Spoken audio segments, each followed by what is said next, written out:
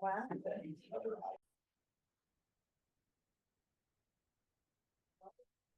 you so much. Madam Clerk, would you please call the roll of the action before I start that? I'm going to call to order July 14, 2025 meeting of Yolo Transportation District.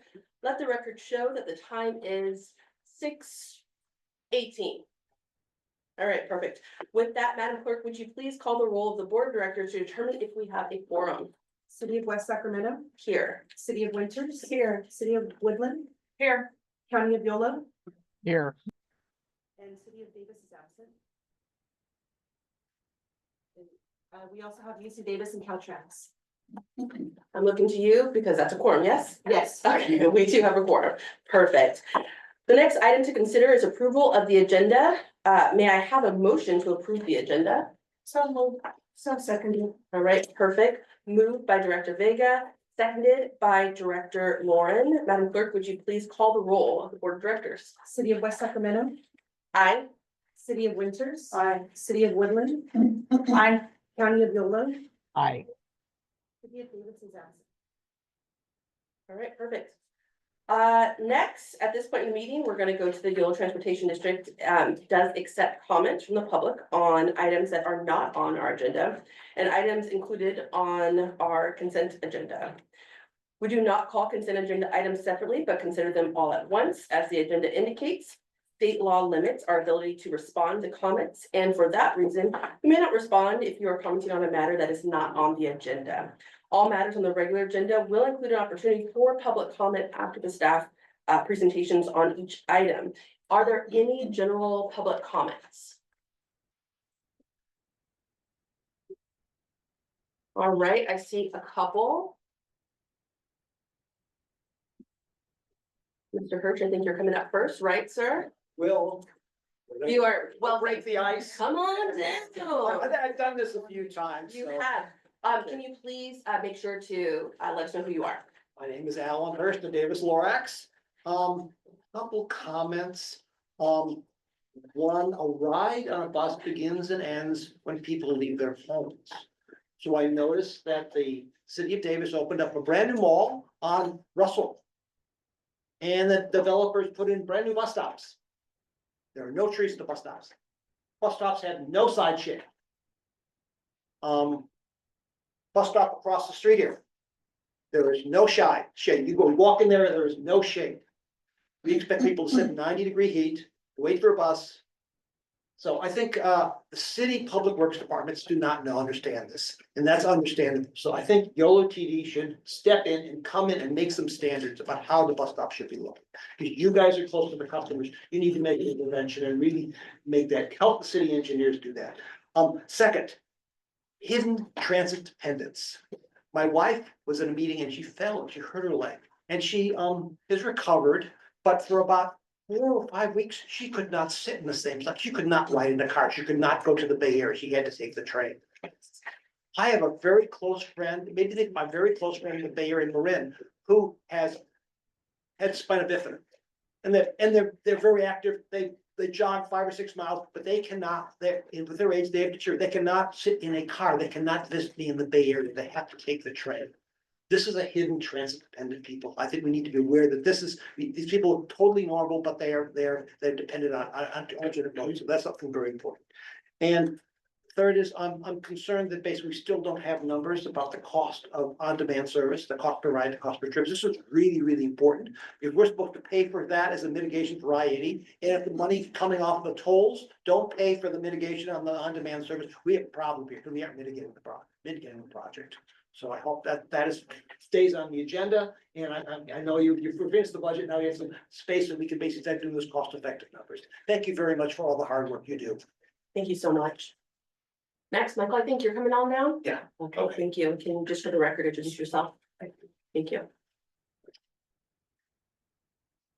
Michael Barnbaum, City of Sacramento, County of Sacramento, Sacramento State, non-voting. Thank you. So as everyone knows, and let me just get a little background to the public behind us and those watching. Typically, when you comment on something not on the agenda, there can't be an action taken unless it is to make an agenda item for a future meeting. So that's exactly what I do want to address. I had the opportunity, the weekend before this weekend, to watch the Transit Coordinating Committee of the Sacramento Area Council of Governments on YouTube. It was not only very informational, it was very educational and inspirational. And specifically, I would like to request an agenda item for September 8th based on that meeting from the city of Sacramento, specifically delegating authority to Executive Director Bernstein and Chief Operating Officer Romero to contact Greg Taylor of the city of Sacramento and his team to present information only on September 8th to this body, the Sacramento Valley Station capital improvement project. It is a project that will change the landscape and the infrastructure of downtown Sacramento and the adjoining Richards Boulevard and Rail Yards area for generations to come. He provided a very educational presentation to the Transit Coordinating Committee. And I loved watching Executive Director Bernstein remotely asking some excellent questions, because those will provide an impact to Yolo bus operations, route alignments, and turn-by-turn directions, based on how the project looks when it's completed. So I think having Greg and his team here on September 8th would be a very big benefit to this group. And so I would like to put that motion on the table to add that onto the September 8th agenda if you so agree to do as well. Thank you. Thank you so much. Any additional public comment in person? Public comment not on the agenda? Yes, please come down. And then just when you get up, can you please introduce yourself for the record? Sure. Thank you. Hello, my name is Alex Benavides. I currently work as an operator for Yolo Bus, where I've been for 3 years. I'd just like to thank my colleagues for stepping outside of their comfort zone and taking part of this meeting. Our workplace has been going through a lot of frustrations lately. I'm not here to get into the specifics, but I can say that we're more than willing to see operations run smoothly for the benefit of the public. Thank you. Thank you very much. Any additional public comment? Okay.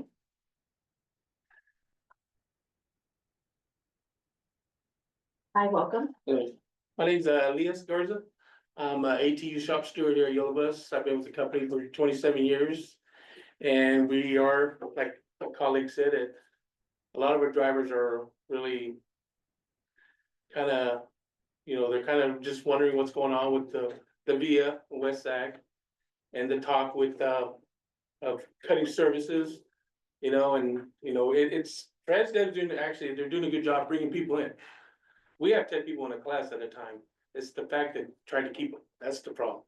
And you just think with the budget, I know there's stories about money, but maybe, think about it, Thank you so much. Any additional public comment in person? Okay, yes.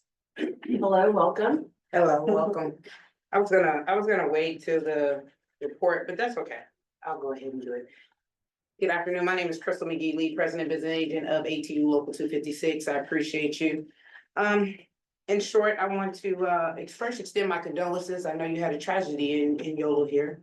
And it was unfortunate, no matter when a loss of life and how it was lost, it's still a tragedy. And I want to commend Transdev, Miss Julie Holmes, when that happened, the bus operators and things. I want to commend you in regards to how you acted in that. And my bus drivers told me that Alex told me how you handled that situation on our end. I'm not sure if you're aware of that. So I want to personally commend you for doing that.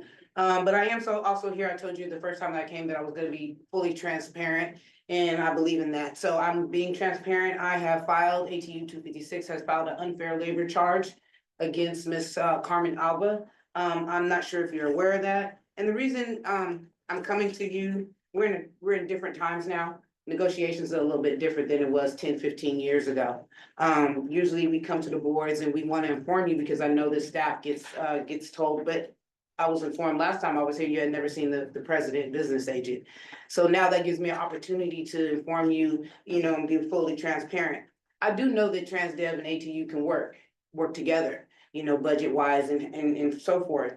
But as you can see that the drivers are discombobulated, they're concerned. The last meeting I was here, we talked about the VIA, we talked about the Smart Ride, we talked about your short-term goals, which was basically cut service. And so now here we are again, and I want you to know that I will continue to be transparent with you. If you have any questions, I'm here to answer those questions, but I'm trying to avoid any type of stoppage, any type of things of those nature. I'm hoping that the next upcoming negotiations that we have, that they'll be more fruitful. In the interim, I will continue to update you so that you can have both sides. So when you make these decisions, that you can make them in totality and not just one-sided. With that being said, once again, I appreciate you. Thank you. And I know I said that we couldn't fly the plane unless the pilot was here. So thank you for getting here on and safely. Thank you very much. Thank you for the comments. We appreciate you being here. Any additional public comment in person? Okay, now I'm going to look at Madam Clerk. Any comments online? No public comments online. Okay, all right, perfect. Let me go to my notes. So then next is the consent agenda. We have items 4A through 4F. Does anyone wish to remove any items for discussion? Now looking to my left. Happy to move the consent agenda as submitted. Okay. And what I will say is before we move that completely forward, I do have questions on 4B, so I will be pulling 4B. All right, so can we, Director Barracks, can we amend your motion to be 4A, taking out 4B and then through 4F? And then looking at our council, is that how we should do it? Yeah, we should vote on the rest of the calendar first, yes. Perfect. Oh, sorry. Director Ferris, yes, I'm looking at, good, okay. Director Ferris, is that okay? Friendly amendment, awesome.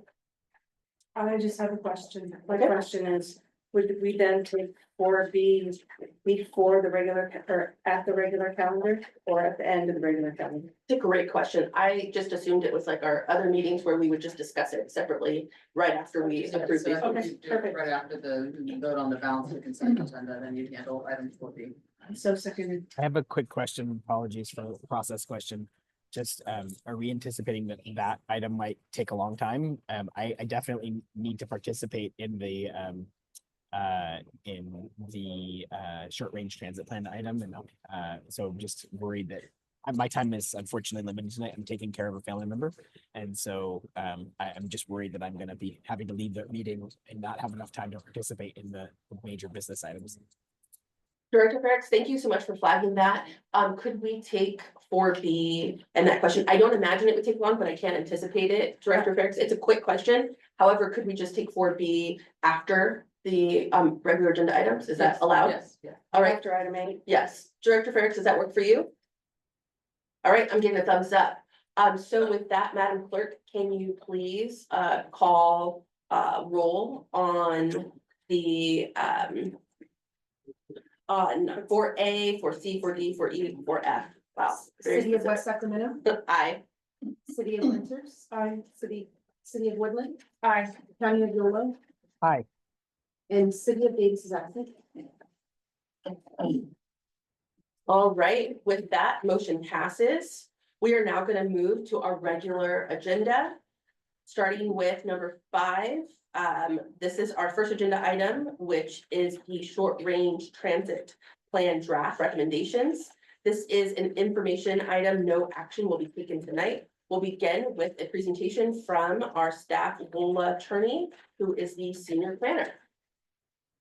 Good evening, everyone. Thank you so much for having us back here for our exciting draft recommendations for moving forward with our short range transit plan.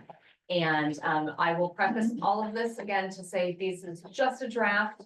please give us any and all feedback you have. We are not gonna be offended if you think this is silly, you're wondering why, we're here to answer those types of questions. And this is also not the last time you'll see us about this item too. We'll get more into next steps after, towards the end of the conversation. I'm going to pass it over to our consultant on this item. From the Short Range Transit Plan, Ron Kilcoyne is here with TMD. I'll let him fully introduce himself and continue with the presentation. Thank you, Lolo. Good evening. I'm Ron Kilcoyne. I am the project manager for TMD, doing the Short Range Transit Plan. We've been working on this for the past year. We are also concurrently working on the City of Davis Short Range Transit Plan, which involves Unitrans. So working those two together does help some synergy. And unrelated, but as well, we're on the topic of synergy, we also doing the connected mobility plan for Solano Transportation Authority. So any changes related to the Solano Express coming into Yolo County or connections between Yolo Bus and Vacaville, we can try to coordinate those efforts as well. So we're gonna go with, start off with the kind of the project overview as to where we are. You know, to basically add to what Lola said, this is, you know, your first time seeing it. We want to hear your comments and be able to answer your questions. However, the other key thing is that we have not taken this to the public yet. That's going to happen in September. And that's a critical time so we do have, we will have plenty of opportunities for the riders as well as the community at large to provide feedback and input into this plan. And I've been doing this for 45 years, and I can tell you that what you end up implementing is never what you first take to the public. And so we do expect that there will be revisions and modifications when we go through that part of the process. Anyway, here we are in July. We were going to make a presentation to the Citizen Advisory Committee last week, but they didn't have a quorum. So hopefully we'll be able to make that presentation to them in August. But we're making the presentation to you now. And then comes August, September, we'll be going out to the public, both through surveys and pop-up events and different ways to get input. And then based on that, we'll come back to you with alternate recommendations that are governed, that have been informed by that public input. The next slide. So just want to address a few key takeaways from that we've come up. We did do a survey early in the process, and from that, one of the takeaways is a focus of frequency over coverage. We basically asked, do people prefer to walk a little further to catch a bus that runs more frequently, or walk a little less to have a bus to come less frequent? And as you can see, 64% or almost 2/3 of the respondents prefer a route that comes more often. And I should back that up, that there's a great amount of research that's been done and empirical evidence, and I've certainly seen it in my career, that frequency is probably the #1 factor that influence a person's decision is whether or not transit works for them. Also, we found that we also asked sort of the trade-off between fixed route service versus on-demand service, and 57% of the survey respondents said they prefer fixed route service over microtransit. As far as the #1 concern about existing Yolo bus service, basically it was on-time performance was the highest priority for improvement. The 42, and the 215 carry most of the riders. 75% of all the Yolo bus riders are on those two routes. Routes 40 and 41 in West Sacramento are the worst performing routes and actually have lower productivity than the via microtransit in West Sacramento currently have. So next slide. What are our goals and objectives of the SRTP? #1 is to provide high quality transit service that is an attractive mode of transportation. Goal 2 would be to improve access to opportunities for all residents and workers in Yolo County. And, I think this is an important one because I tend to like to focus more, feel that access is more important than mobility, because it's really what we are about. And that's providing access to employment, access to education, access to healthcare, access to social and entertainment activities. Goal 3 is to provide transit service that contributes to the environmental sustainability and climate resiliency. 4 is to provide seamless transportation travel options throughout the region, and that again is focusing on, individuals' travel patterns are not governed by the boundaries of a transit district or the consistent of the routes. So it does help that we're doing both Davis and Yolo bus at the same time. We're able to coordinate those efforts. We do have good contact with SAC-RT to make sure we've had conversations with them, and we'll continue to have conversations to make sure that we coordinate there, as well as with Yolo bus, with Solano. Solano Express and Solano Services, where Yolo connects. And then finally, provide services financially sustainable by efficiently allocating resources. We can't run service with fairy dust. We must make sure that whatever we recommend is sustainable. We don't want to recommend anything that is going to be, have to be cut 6 months later. Next slide. So we'll just kind of a general plan overview. Right now, the local routes in Woodland and in West Sacramento operate once an hour.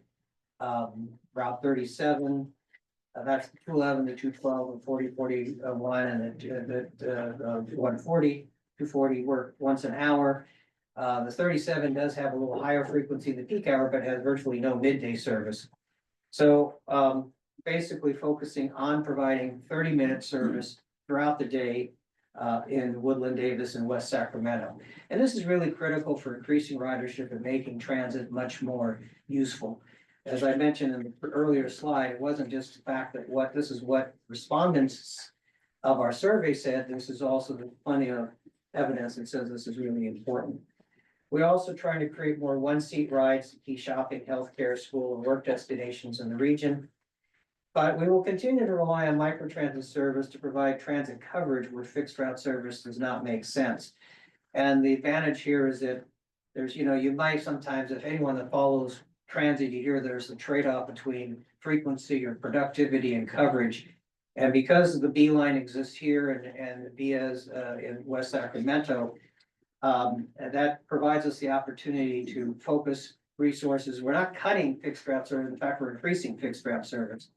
But we're able to focus that fixed route service where it is most productive and provide higher frequency service there, but not eliminate coverage. Everyone that would, that currently has access to transit service will continue to have access to transit service, whether it is by fixed route or microtransit. And I don't know if you can see from the you can see from here, but you can see that the recommendations, how the number of population within a quarter mile of 30-minute service would increase by 80%. Based on our recommendations, and the number of jobs that have a quarter mile access to 30-minute service would increase by 57%. So we will go cover these, the communities that serve in alphabetical order. And so we'll start with Davis. And our only proposal for Davis is to, our only route for Davis is to modify the route at the northern end or pull off the freeway one exit before it gets to Covell, so that it can serve the Southern Davis Hospital directly and provide that linkage. That should not really lengthen that significantly by maybe 1 or 2 minutes. Other than that, we're proposing to maintain the route the same, but we are proposing that the 42 operate at a 30-minute headway all day. So again, that provides that kind of consistent headway. Next slide. For Knights Landing and Yolo, we are recommending to retain the current microtransit service.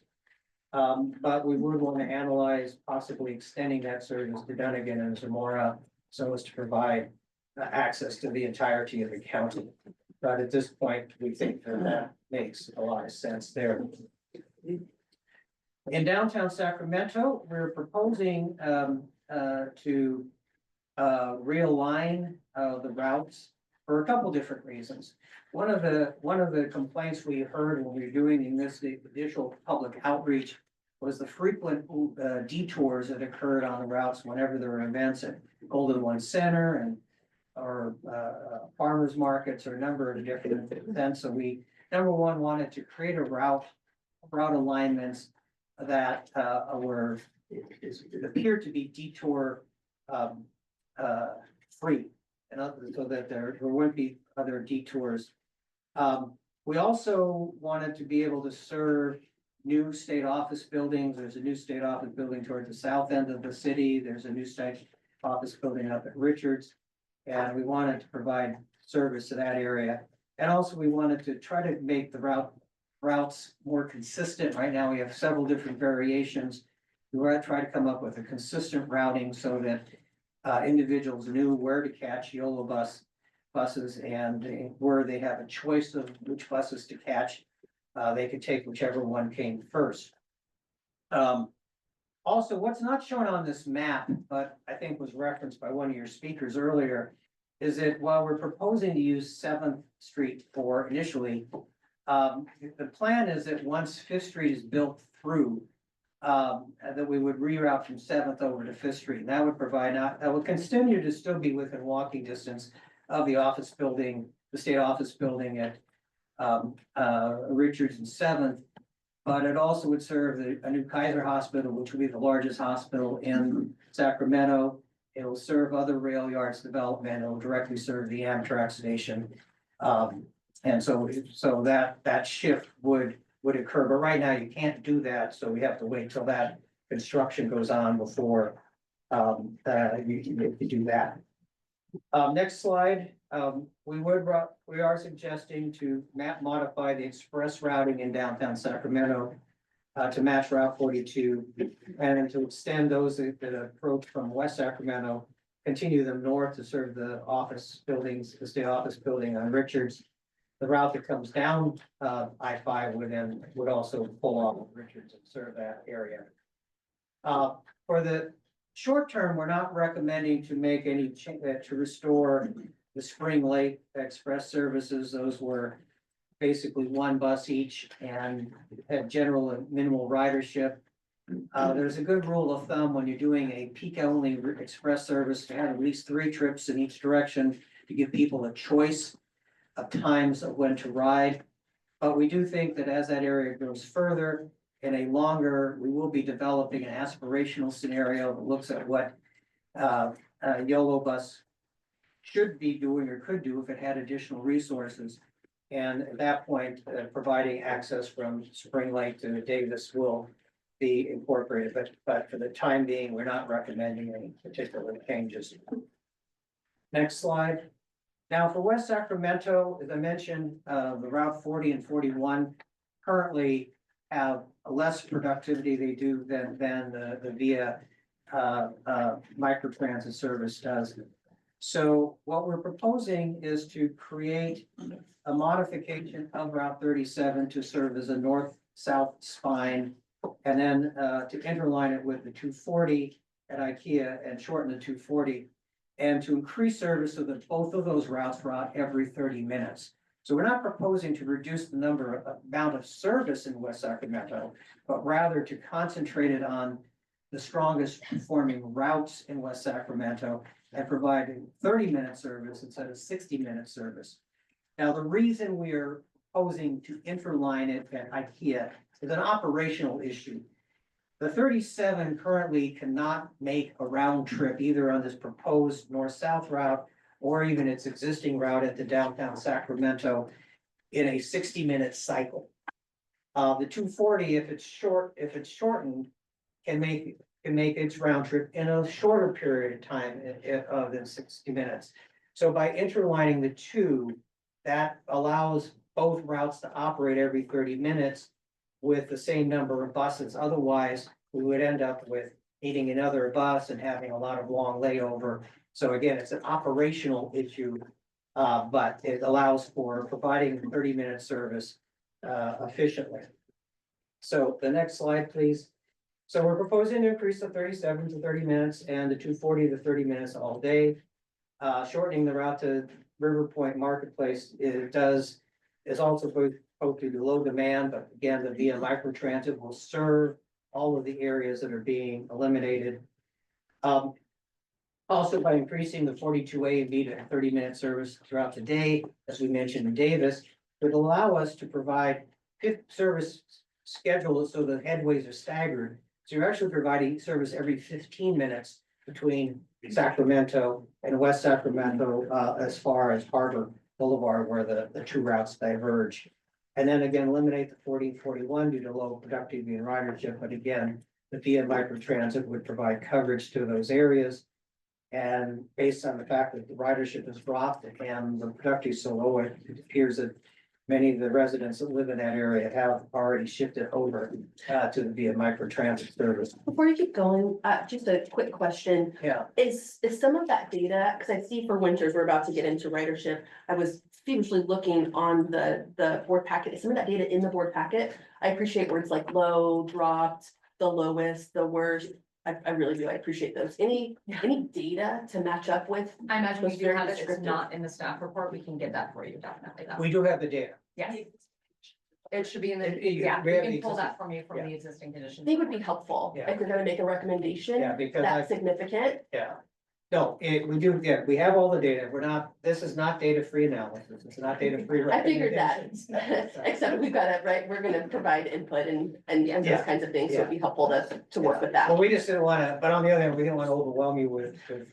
If you're talking about elimination of routes, not overwhelming at all, so thank you. Go ahead. Anyway. Want to remind our speaker, we've got a very long agenda tonight, So, so let's try to move swiftly. All right, so West Sacramento, I talked about that. And then this next slide, this is quickly kind of shows, it visually shows how the proposed 30-minute frequency would increase the amount of coverage that you can reach at in different time frames. So now winters, because that you've added, when we initially started this, we basically were looking at the trade-off between what existed prior to the pandemic when the 220 was operating versus what are currently operating with the Winters Beeline. And this little table that's here at the bottom there shows the difference in ridership, the difference in productivity, and Not that difference data. in revenue hours. Now that you've added a second microtransit, that's allowed us to give you three suggestions. We could either continue the 100% Beeline service as you're currently operating with two vans, with service to Vacaville and Davis. We could go to a 50-50, go back to one Beeline van, but also restore the 4 trips on the 220. Or we could go to 100% fixed route, which would probably allow for 7 to 8 round trips on the 220. And it's either one of those is operating versus is possible here.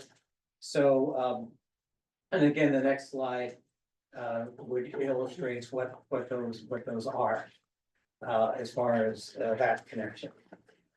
And then Woodland, we're proposing, instead of having a single or two unidirectional routes, basically making 60-minute loops, we're proposing to go with a single bidirectional route.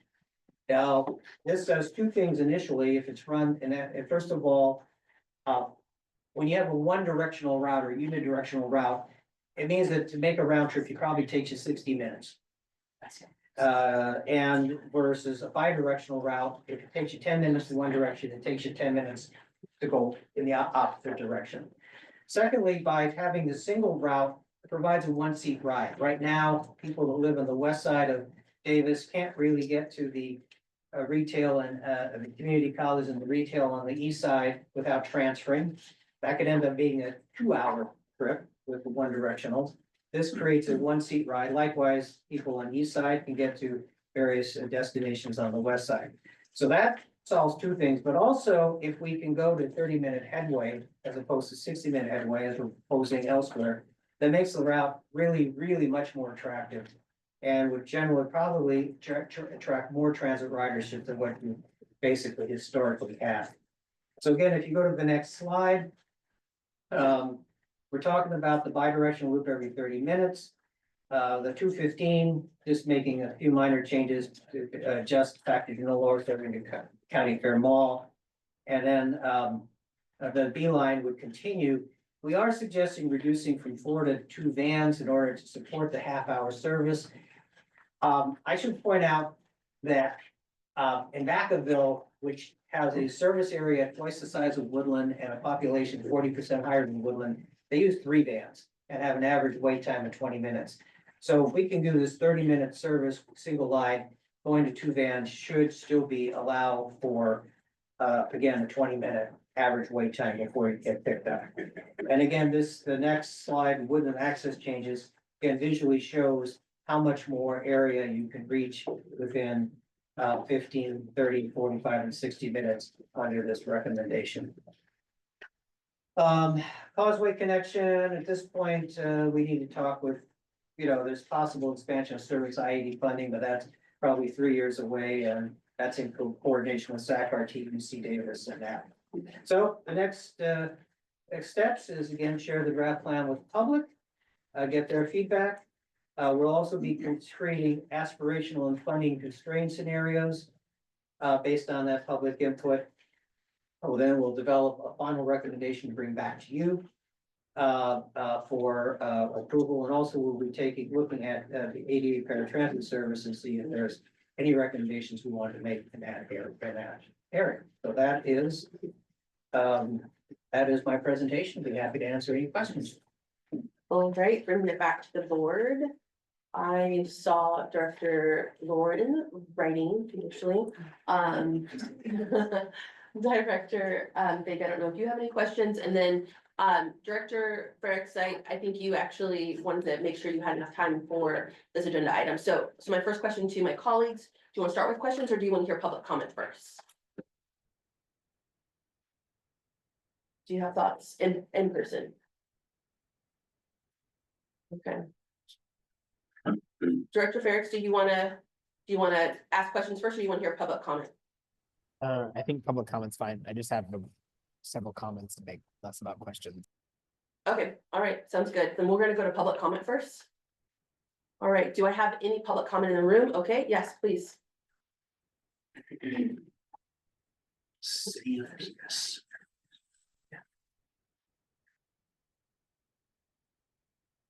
Thank you for listening. Ron and I go back about 35 years. I actually took over for him on a transit organization, a vision back in 1989, way back.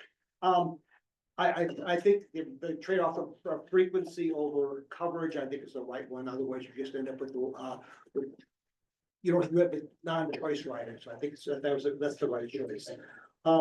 Ron used the word, some routes have more productivity than others. What does that mean? Does that mean ridership? Does that mean cost per rider?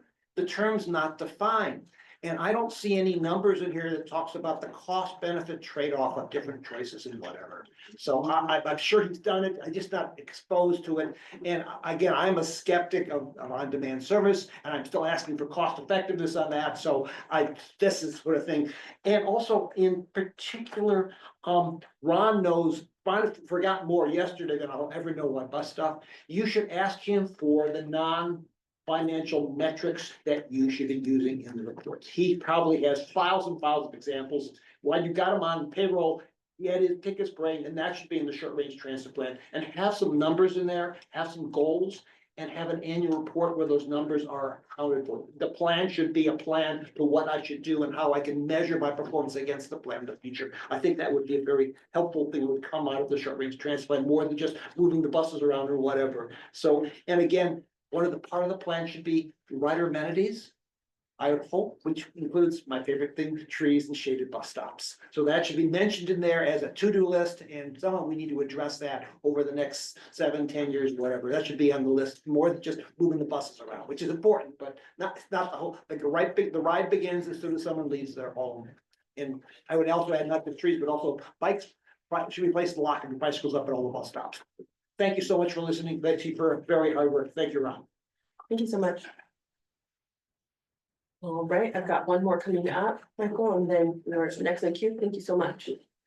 Hi, my name is Crystal. I'm a transit operator. I just have a few concerns. So to piggyback on the no trees, no shade, we also don't have a lot of lights in our bus stops for nighttime, so it's a little unsafe for us drivers as well as passengers. Another thing is I'm a little confused on why we would branch out and contract with Viva when we have Beeline with West Sac. Oh, I don't, just to clarify, are you suggesting that YTD is gonna be contracting with VIA? Because No, Because that was my question, too. VIA is what exists in West Sacramento. So why couldn't we just put a Beeline out there? Well, I'm not gonna- Madam Chair, do you want me to respond? Oh, I don't mind. I can comment for West Sacramento. We pay for VIA. So I would love for YTD to bring it and to send those West Sacramento tax dollars somewhere else, but please, yes. So yeah, the VIA service is operated by the city of West Sacramento. We don't have any part of it. And it's, the way that service is operated, it's not compliant with federal, transit regulations with regard to labor and, prevailing wage as well as vehicle maintenance. So we cannot operate it in its current form. So we couldn't put a Beeline out there is what you're saying. I mean, we could, yes, but that would be, YTD we would need to find funding for it. Right. Right, because right now YTD pays for Beeline and Winters and Woodland, and I think we're going off track, and I wanna make sure I keep. Okay, that's fine. Madam, And Madam Chair, I have a just Yes. apologies process question. The back and forth with public Yeah. commenters and, I mean, Yes, it's just things Yes. like make a public comment, Okay, then so maybe my, respond to it, and then, yeah. thank you so much, Director Ferrix, we'll I do that. apologize. My other public comment is I really don't think that Beeline in Woodland would survive with just 2 man. Thank you so much for your public comment. Michael, you're next.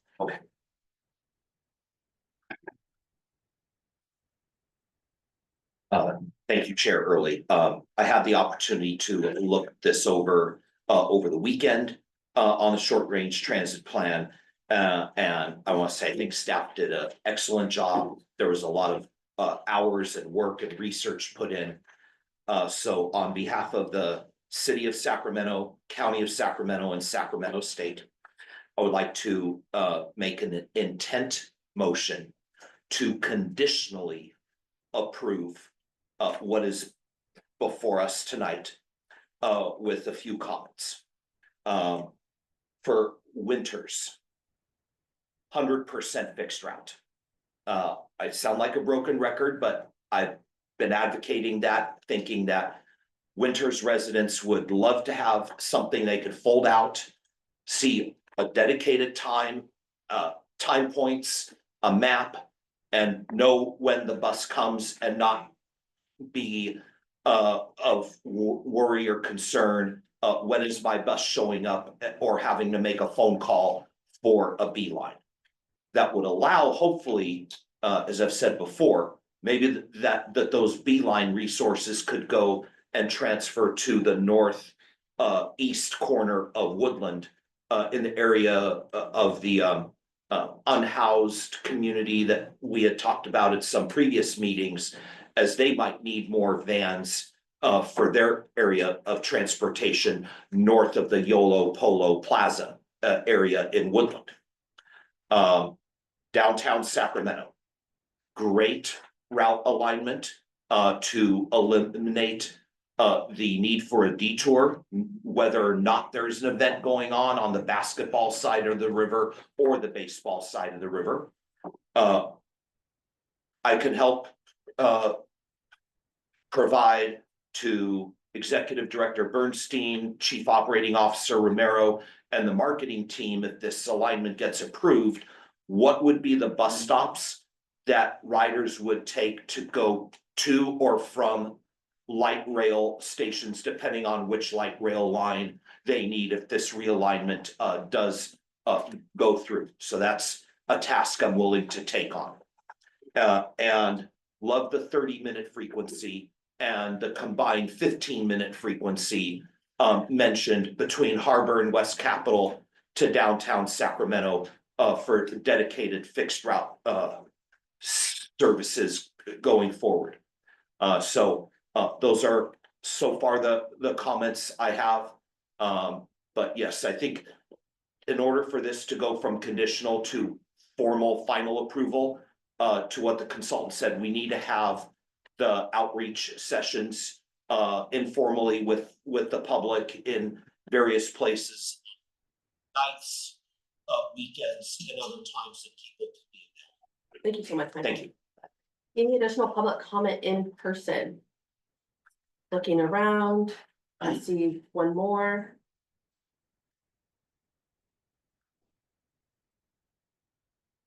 Good evening. I ride the 42A and 42B, and I think it makes a lot of sense to move to a consistent 30-minute headway all day, 7 days a week. It makes it much more straightforward for riders. I also think, generally speaking, an emphasis on frequency over coverage makes sense. Couple notes.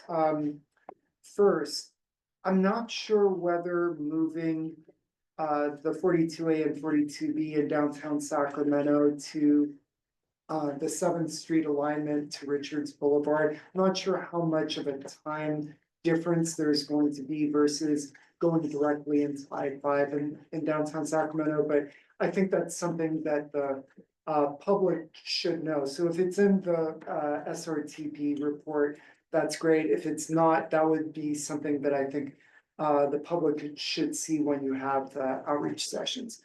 Number two, I think it's an interesting idea to interline the 37 and the 240 to achieve 30-minute headways all day on both, having taken both of those buses and really trying to scramble to figure out around inconsistent headways on the 37 and hourly service on the 240. However, I'm wondering, has staff looked at the possibility of an entirely different routing? Maybe one of the reasons why the 40 and 41 have low productivity is they go through West Sac to Jefferson and then go back up to the north end. Maybe if the bus turned on 3rd Street after the Tower Bridge and went straight to the north end, might get higher productivity. So I think that might be something that if you've looked at, you put in the presentations to the public. If you have not looked at it, that might be an alternative to consider. Because there is some value to having direct fixed route service to Bright Park and to some of the homes up there as well. It is a trade-off. Finally, I think part of the SRTP should be coordination between Yolo Transit District and the cities that it serves for bus signal priority. I think this is especially important in the city of Sacramento, which obviously is not represented here tonight, but just to make sure that the 42A and 42B have improved on-time performance, since that was one of the top concerns that was illustrated in the report. So thank you very much. Thank you so much for the public comments. Very insightful. Provide your name for the record. Oh, I'll spell my name for the secretary. No problem. My name is Faramars. That's F-A-R-A-M-A-R-Z. Thank you. Thank you so much. Any additional public comments in person? Okay, seeing none. Looking to Madam Clerk, do we have any online? We have one public comment online. Okay, perfect. Thank you. Hi, Alexandra. Please state your first and last name and proceed with your comment. You have 3 minutes. Hi, my name is Alexandra Arjo, A-R-J-O. I'm a state worker at the Maley Complex, and I just wanted to voice my support of moving the express bus routes up to the Maley Complex. I've talked to many of my coworkers who would be in support of this, and just want to say thank you for the consideration and echo the support of this move. Thank you. Thank you so much for those public comments. No more public comments online. All right, bringing it back to my colleagues. Director Ferricks, let's start with you. Thanks so much, Madam Chair. Just a few quick comments. First, let me just apologize. I did not mean to interrupt the speaker earlier. Just wanted to inject that little bit of a process. We normally don't have the sort of back and forth with the speaker and, you know, asking questions, answering and all that stuff. So I just wanted to apologies for interrupting the speaker and also interrupting the meeting, Madam Chair, first of all. Secondly, so a couple specific comments. Really appreciate the first bite at the apple on this sort of item in terms of the board. I mean, getting a chance to weigh in, but I'm really looking forward to the public input process that is obviously the real next in thrust of this entire item. So I feel like we'll have a lot more opinions as we go through the sort of robust public process. A couple specific items regarding some of the just different slides on the winters slide. Really appreciate the consideration of reinstatement of proposed Route 220. Obviously, there's decisions that need to be made there around 100% or 50%, 50-50, things of that nature. But just really appreciate that that we've been listening to the board saying there's a need and desire for reinstatement of service to winters that's not just Beeline. On the Davis item, definitely interested in the proposed adjustment of Route 42A, 42B to include Sutter Davis Hospital. I would just say, just as a very overview sort of level, the area that's adjacent to Sutter Davis Hospital needs some attention. For example, Sutter Davis Hospital is already working with the city regarding a potential crosswalk installation across John Jones Place or County Road 99D, and so I just think coordination with the city, coordination with Sutter Davis, definitely excited about the potential of that major bus route stopping, including a major hospital. I think that makes a lot of sense, but really appreciate just a need and really emphasize the need for coordination with the city and et cetera, and the hospital itself. And then the other last quick item on the downtown SAC sort of proposals. Actually, I think the alignment via the rail yards makes a lot of sense. And then just adjustments in downtown Sacramento as well, especially due to the issues that were mentioned previously around Golden One and sort of the center and lateness of buses and things of that nature. We do have historically a lot of riders in and around downtown Sacramento. And so I think that's something that we want to be mindful of. But I also, think it's worth noting that, of course, like it's part of additionally in the rail yards, like the new Kaiser Hospital and things of that nature, I think will be probably pretty big destinations for future riders as well. So anyway, just a few initial comments, and I appreciate the opportunity to go first. Thank you. Thank you so much, Director Ferrix. All right, next I'm looking left and right. You good, Director Moore? Okay. I really appreciate the presentation and all the comments by the drivers. I wanted to mention a couple things about Winters. One, Winters has an item coming to the planning commission on Tuesday at 6:30. It'll be the first bite of the apple for a really large development called Farmstead. And if transportation isn't baked in, it's not going to be there later. So I'd really like to have support of transportation on the project. There's a second project that'll probably be the second largest project ever to happen in Winters called Project 183, for lack of a better word, because it's 183 acres. The city is doing meetings and there's public outreach on that, and there has not been any discussion on transportation on that, and that needs to be something that's included. And then secondly, I wanted to mention that when you do the planning for pop-up events, I want you to just to really deliberately make this choice that you have an event that's at El Rio Villa, and which is part of Yolo County, and that you have another event in the city of Winters. If you'd like it to be at City Hall, I have a key. I'd love to provide that service and have you there, but it needs to be both communities, because I believe that the community that's mainly at El Rio Villa will have a different ask. And I think the commuters and so forth that are in the city of Winters that are, longtime commuters, they'll have an ask, and they don't necessarily go to the same meetings. So we need both the county and the city to be addressed on that. I am really impressed with the data that there was 10,500 trips versus the 3,100 fixed route. Data matters. And I do look forward to the public making more input than me. Thank you. Those are my comments. Great. Looking to Woodland. Thank you, Madam Chair. Great presentation and overview. I would just like to echo what Madam Chair commented in terms of having ridership information available. I think it's going to be important for us. And then also as we start talking about reducing or eliminating routes, which are going to let's write this decision. Thank you. Thank you so much, Director Vega. UCDMs? Thank you, Chair. I had one question. I was trying to remember and look back through some notes. It was either our March or April conversations around sort of like expanded inline service in 1920, kind of coming back. So I saw those notes in here. Does this incorporate some of the questions, like survey questions that got talked about for the outreach that's gonna happen, those data that we're gonna look for too as part of the process?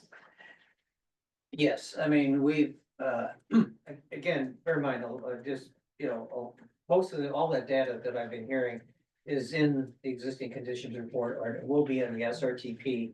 Obviously, we had a, I was told I was taking too long, so. There's only so much we can say tonight, and so, but the data's there, Answers questions. This is not data free, this is not data free analysis, so. Okay, good, thank you. All right, perfect. I'm actually going to go back to Director Lauren. I went so fast, I forgot two comments. In the past, we've been talking a bit about Fourth and Hope and East Beamer campus. So I'm hoping that when Woodland is addressed, that those are also addressed. And then the other one is whoever is the Beeline drivers in Winters, I think it's a female driver. My town loves you. And maybe there's a male and a female, but I always hear about. So I hear about it all. Oh, yeah. So there you are. That was good. Good shout out. All right, looking around, Caltrans, but I just keep making sure. All right, I have a couple of questions myself. As you heard, I think, from the way that the report reads, at least right now, is as if either YTD is supporting VIA, right, or somehow it is being supplanted. That's right, because to your point, it's, hey, VIA has such great ridership. That microtransit has such great ridership that potentially we can eliminate some of these. So I completely understand, maybe some of the misunderstanding around that. I think my first question was in regards to the input that you received from West Sacramento's, because I think this was based on your research, right? It would be helpful to know what stakeholders, gave feedback around rerouting 37 and where that was potentially coming from. Well, I mean, we did meet with staff as far as, in terms of that. I mean, it wasn't necessarily their idea, but rather we sort of batted off, several ideas as to whether or not this makes sense. And we, I know the issue of I can anticipate some of the comments will get in the public outreach part, and as I say, we're prepared to make modifications based on that, but we need to come up with something for people to react to. And we feel that this was probably, again, based on the 37 and the 240 are the best performing routes in West Sacramento. They're not great performing routes, but they're the best performing routes, but they also, serve some key corridors, and it's like, again, this is gets the coverage versus productivity area. We're trying to find ways that where we could probably get the most ridership if you ran a 30-minute service. Okay. And, I mean, there could be some other tweaks. As far as an aspirational plan, there's been other requests for providing service. What's along Riverview or River Park, but that would be a new route, and that, again, we can put that in an aspirational plan, but there's a lot of the development's not there yet. And therefore, I mean, ideally, you put in a route before there's development there because you put streets in before, but again, we have to live within our means, so. So just to make sure, like, I'm really quick, because I appreciate the answer. What I heard was we didn't necessarily, well, I'll speak very, very clearly. We did not get feedback from riders or West Sacramentans on Route 37 and rerouting it, just to be clear. That's not at this point. Okay. But that's what we will get in the next phase. Okay. Currently, and I also want to just make sure I have an understanding of this route. From Southport, 37 goes, and then it goes up and then straight to downtown currently? Currently, it goes through the Merkley, the transit center, and then it continues into downtown. Okay, perfect. And so most likely, to your point, it has the best ridership. Best being relative, we'll get data later, right? Yeah. As a data scientist, I have to admit, those words make me cringe, but that's okay, we're gonna go with it for now. But it has the best ridership, in West Sacramento, and what we would be I think doing. the 240 actually has the best ridership. The Okay. 37 is number 2. All right, and so second best ridership, and what we'd be doing is taking that direct route. Most likely folks are going from Southport to downtown, and then having folks stay on longer to wrap around Broderick and Bright. Well, what they probably do Okay. is they would transfer it at the transit center, where again, if you had service every 15 minutes, Mhm. you know. 30. Or is it Well, gonna be every 15? well, no, 15 minutes is, you have the 42 and the 240. Got it. So between the two, each of them running every 30 minutes, but you schedule it so that you stagger the headway, so it's running every 15 minutes. Okay, and so what you're saying is the 37 would now potentially, I wanna make sure I'm conceptualizing this. Mhm.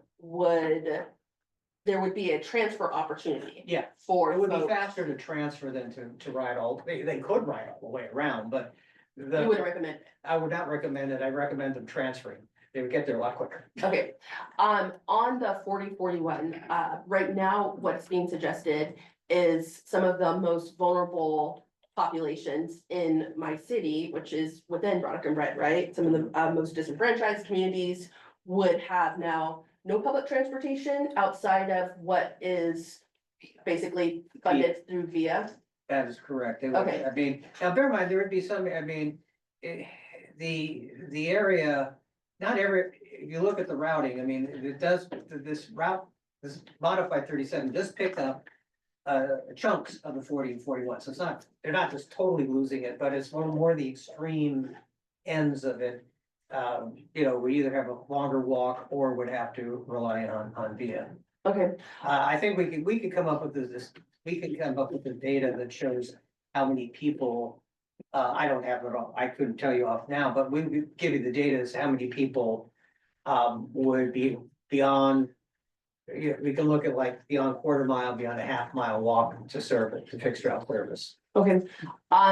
Just a couple more questions in regards to this. So if we eliminated 40 and 41 in regards to funding, would there then be, discussions with West Sacramento about contributing funding to VIA potentially, if that's, because it sounds like would be the de facto that we're suggesting. So. Just make sure I'm keeping up.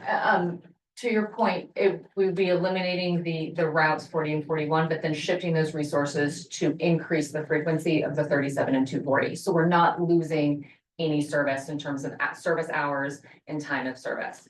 And so there wouldn't be any change in terms of UZA dollars coming in or anything like that. It would just be reallocating the funding within West Sacramento towards those routes to provide more frequent service. Got it. It would be, if that is the goal, then I go back to Mr. Hirsch's comments around what does productivity look like? What does ridership look like versus costs?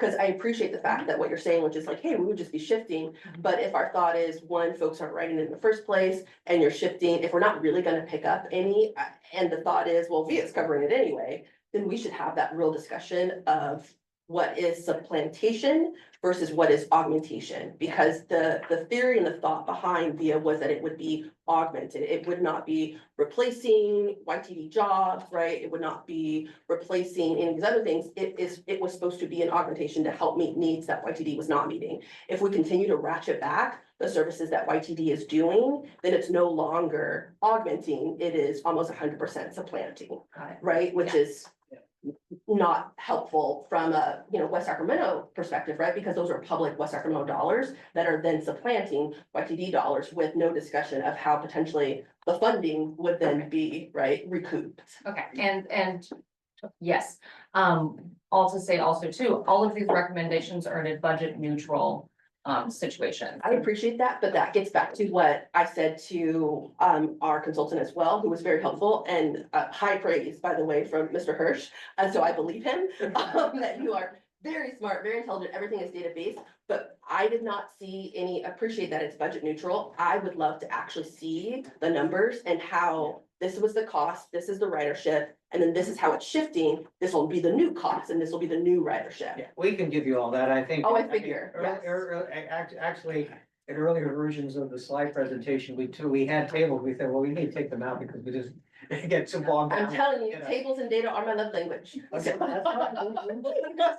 Where are they? We have them, we have them. That's great. So- And I believe you, and so I don't want to somehow make it seem like you don't. I really do. I trust that. This was all based in fact.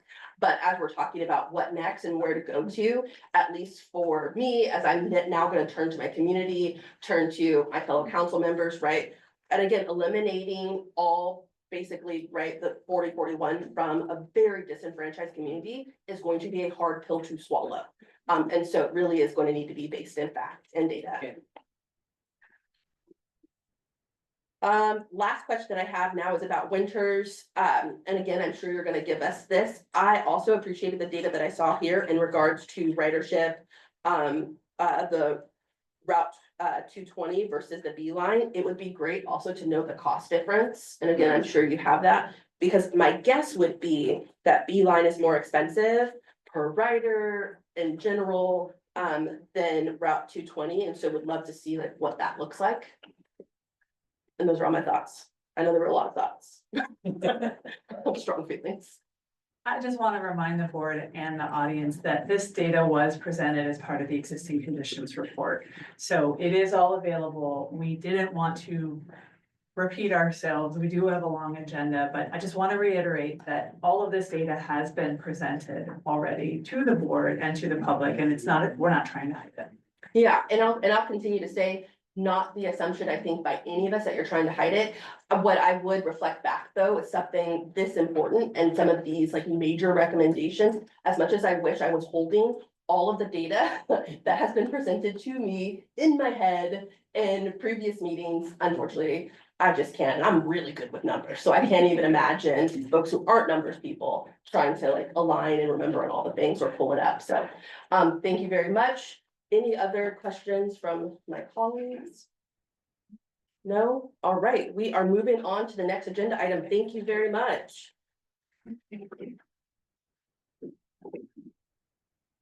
All right, next we have item 6. This is an action item regarding a possible temporary reduction of service to address shortage of bus operators. We'll begin with the presentation from staff. Daisy Romero, Director of our Transit Operations.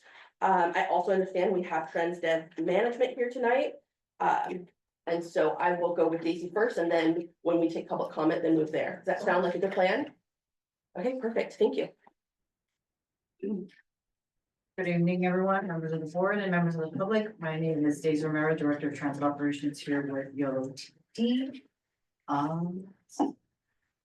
And as board chair earlier has mentioned, we're going to be presenting on either approving or delegating authority to implement a temporary reduction of service on Yolo bus local routes to address shortage of bus operators.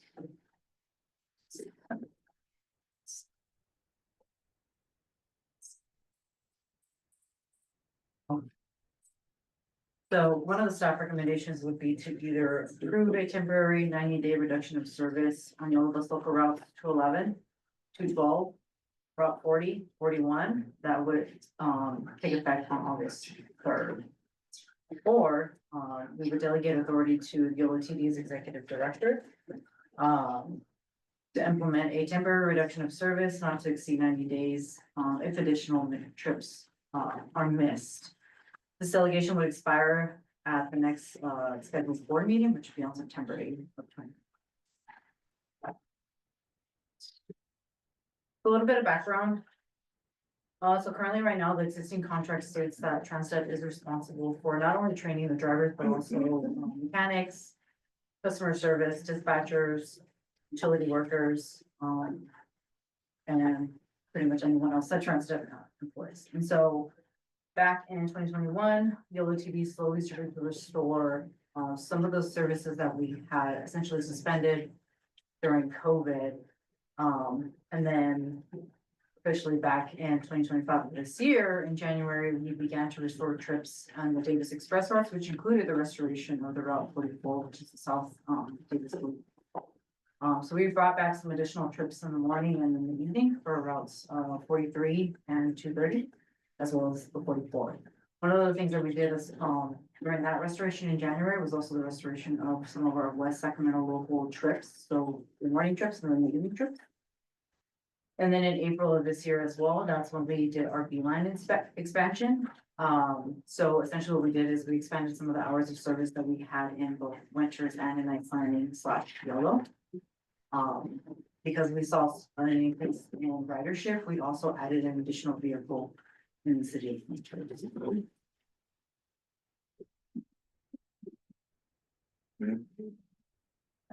So recently, getting it in May is when we started to see some of the impacts because of our driver shortages for Beeline.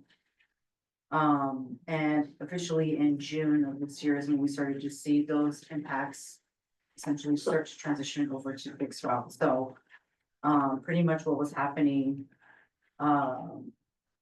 for Beeline was we started getting a lot of complaints from our riders saying, hey, our rides are showing up too late.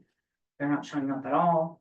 Sometimes some of those trips, were essentially quote unquote missed on Beeline. And so we kind of started working very closely with Transdev and trying to get to the bottom of what was going on. And so essentially what was happening was because we weren't able to meet those accommodations for fixed route, we started moving over the drivers from Beeline and started putting them on fixed route. And then once we saw that that was an issue, what we essentially started doing was we closed off the pre-bookings for Woodland. So riders who can now book 7 days in advance, at least for one of the vehicles, they cannot do that. And so that allowed Transit the flexibility to move that driver over to try to move them around how they needed to put them in the schedule. That eventually started trickling to slow down some of the service, or our riders started to see longer wait times.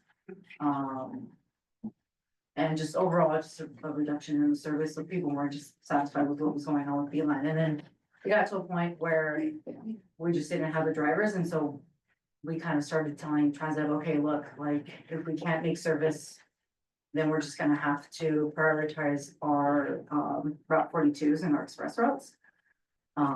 So that way, if folks need to get from point A to point B, at least we can get them further across town than if just if they needed to get like an Uber, like locally. And so, we ended up with at least, for the month of June, 21 missed trips in fixed route. So at least 21 trips were not served for fixed route. Yeah, so then kind of jumping back a little bit to the Beeline. So going back to what I was mentioning about the vehicles. So we ended up, when we turned off the rebookings in Woodland, as we started seeing those drivers go away and not have availability, we also had to essentially turn off that additional vehicle in winters. So we went from having 4 vehicles available in Woodland down to 3.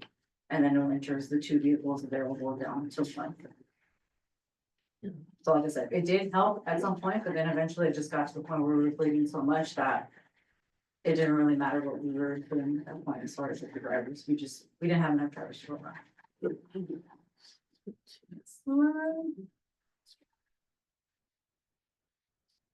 So some of the options that we can essentially put out to address the situation. So like I mentioned, like previously, we were kind of doing everything we can to avoid having to miss service. So that's why we were kind of cutting back on the vehicles, moving drivers around, but ultimately, you know, it got to the point where we just couldn't do that. And so one of the things that essentially we can do to kind of continue remedying the situation would be to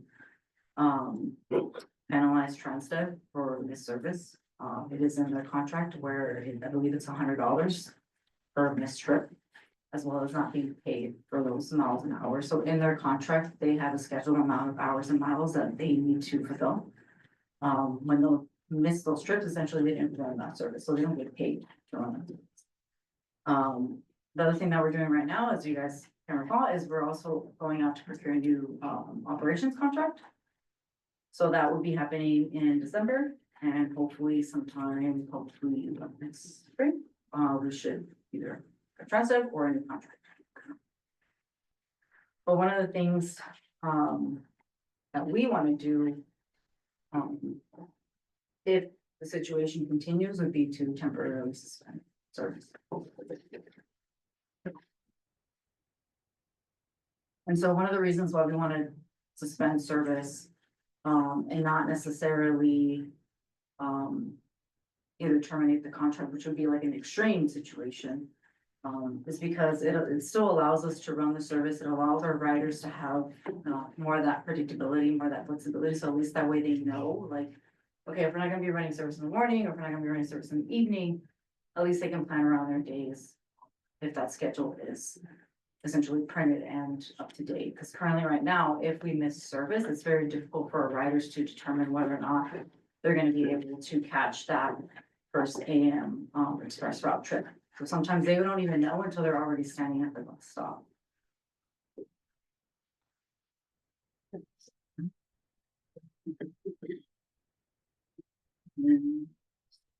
Service suspension, yeah, so essentially it's deemed necessary in the sense if it's, again, if we get to that extreme point that we do need to suspend service, then.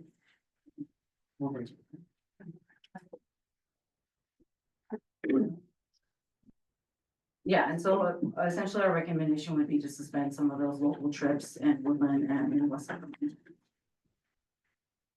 And then the question comes up, why suspend local service versus Beeline? I know that's been a hot topic that's kind of popped up, but one of the reasons why we chose to, if we do move forward with the suspension of the local service and, it's just because we have that alternative. So even if we, were suspend local trips in West Sacramento and in Woodland, at least our riders still have Beeline and Woodland as that option. And then as well in West Sacramento. So, I mean, it's not the best situation, but at least there's an alternative versus like if we were to suspend Beeline, then, you know, it becomes a little bit trickier. Slide, please. Okay, and then essentially what we have here is just a table of some of the proposed trips that we're looking to eliminate, again, if we get to that point, so. As we saw, so some of the trips that we were looking to initially suspend was during our peak times that we're having the biggest issues, so that's usually like in the morning between 6 AM and 8 AM, and then between, I believe it's 4 and 7 PM. So that's why you see a lot of these trips in there, and then additionally, you see some of the later trips, and that's mostly just for consistency reasons as well. Like it wouldn't make sense to just suspend a couple of trips throughout the middle of the day and then just have a couple of late night trips running in the evening. So that's why you see some of the later evening trips as well being eliminated. So current status, thankfully, we have not had any issues, at least in the month of July. Transit management has been working very closely with our team, as well as their staff, to address these issues. Like I said, like at this point, like we have not had any issues as far as like missed trips. This is the biggest issues we're dealing with the month of June. As of today, we have not had any missed trips. So, ultimately, for the time being, our recommendation would be to allow us that delegation to suspend service if we have to, but at least for the time being, we feel like we don't need to suspend service. So, but we are asking to at least have that delegation in the event that if it does get to a point where we continue to see missed trips, we at least have the capability of doing that in the month of August before it gets to the point where we can't come back, you know. At the end of the day, like our riders depend on our service, and we want to make sure that our riders don't get to a point where they feel like it's not reliable. If we wait until the month of September and service gets bad enough, you know, we may not be able to get these riders back. But like I said, thankfully, we have not had those issues. You know, Transit's been working really hard, bringing in additional resources, so that way we can continue running our service as it's scheduled to operate. And as of today, we have not had any missed trips. And that concludes the presentation. Thank you so much, Daisy. I really appreciate that. I'm gonna turn to my colleagues before public comment to see, do you want to take public comment first or have questions, comments? Let's take public comment first. Okay, all right, sounds good. And Madam Chair, Yes, of course. I did offer the chance and give them the opportunity to say a few words before we go to public comment rather than limiting them to 3 minutes. Oh, If okay, that- absolutely. Your Yes, discussion, that would be absolutely. appropriate. So I think we have Transdev management. I want to invite you down to give not just public comment, but information about how things are going. Maybe start with your name. Okay, good evening, Carmen Alba, Senior Vice President for the Northwest Region. Thank you for having us today and allowing us this opportunity. I want to begin with, we have 0 missed trips in the month of July, and that's largely because we moved quickly to respond. The local team, provide them some support, much needed support from the regional team, including service planning. So we're working on a few run cuts. We have a few scenarios. This is a process where we work to ensure that we best utilize our workforce. We work with our union partners and our drivers to make sure that it meets all the criteria. But we did see an opportunity there. So there's some service planning efforts happening. We also have some hiring and recruiting efforts, retention efforts, I should say. We brought additional resources from the region, including trainers to help speed up the process. We currently have 10 operators in training. 10 may not sound like a lot, but it's significant. It would definitely solve all the problems that we're having here. The challenges, we did have a bad June and we have work to do still. I think we were able to do something quickly to bring us to the 0. We want to finish with 0 in July. We're just, we're not even halfway or what's today. Well, we are halfway there. But it's a lot of work and I think Julie's and her team is doing a tremendous job. We want to ensure that our efforts that we put forth today will include stability going forward, long-term stability. It's not just a Band-Aid. We don't like this. We don't like putting our clients in a position where they feel they need to suspend service. We have some fast operators in the region here. I know some of the folks here tonight, I've worked with them many years. They do care and they love what they do. And I feel like it's our responsibility to just provide that support to them. I wanted to spare some of the details, but I do want to just emphasize on what those results are. We'll continue to work with our union partners and operators and of course the leadership team. I'm available if you have any questions. Perfect. Thank you, Carmen, so much for coming. Before Carmen leaves, do any of my colleagues have questions for Carmen? Yes, Director Lauren. You have 10 in training. How long does the training process take? So our standard hour is 83 hours, but it really depends on the applicant or the candidate.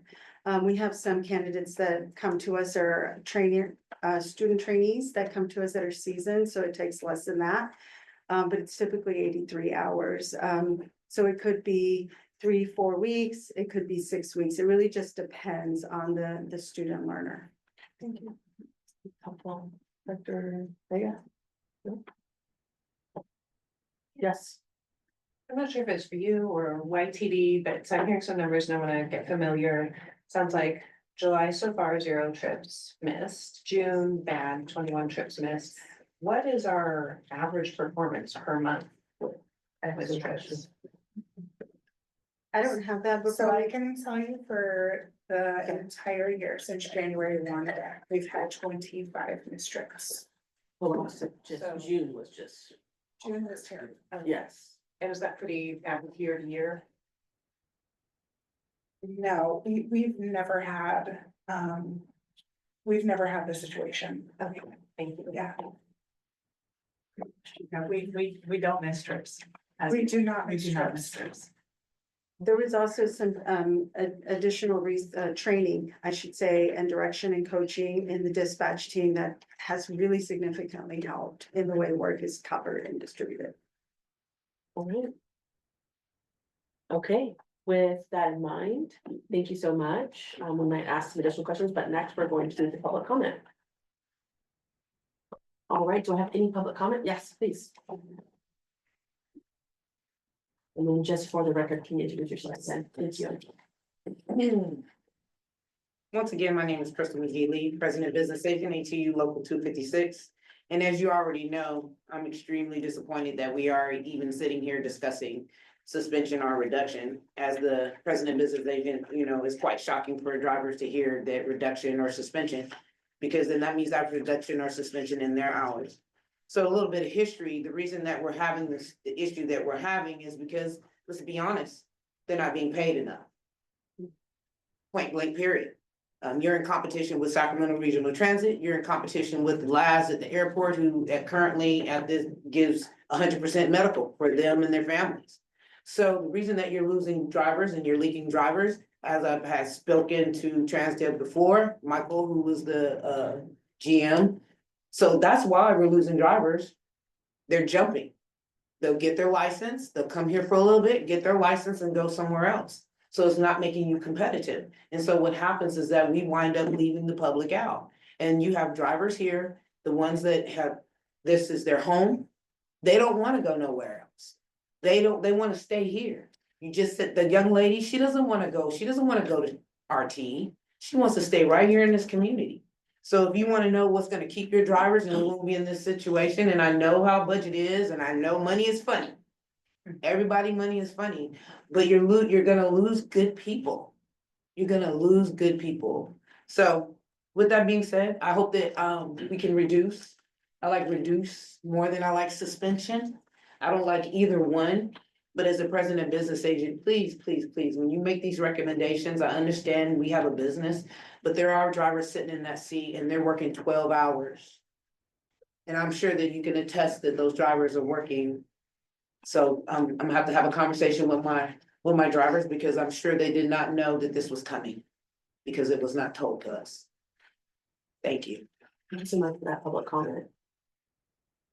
Any additional public comment? Looking to the audience, Michael, absolutely.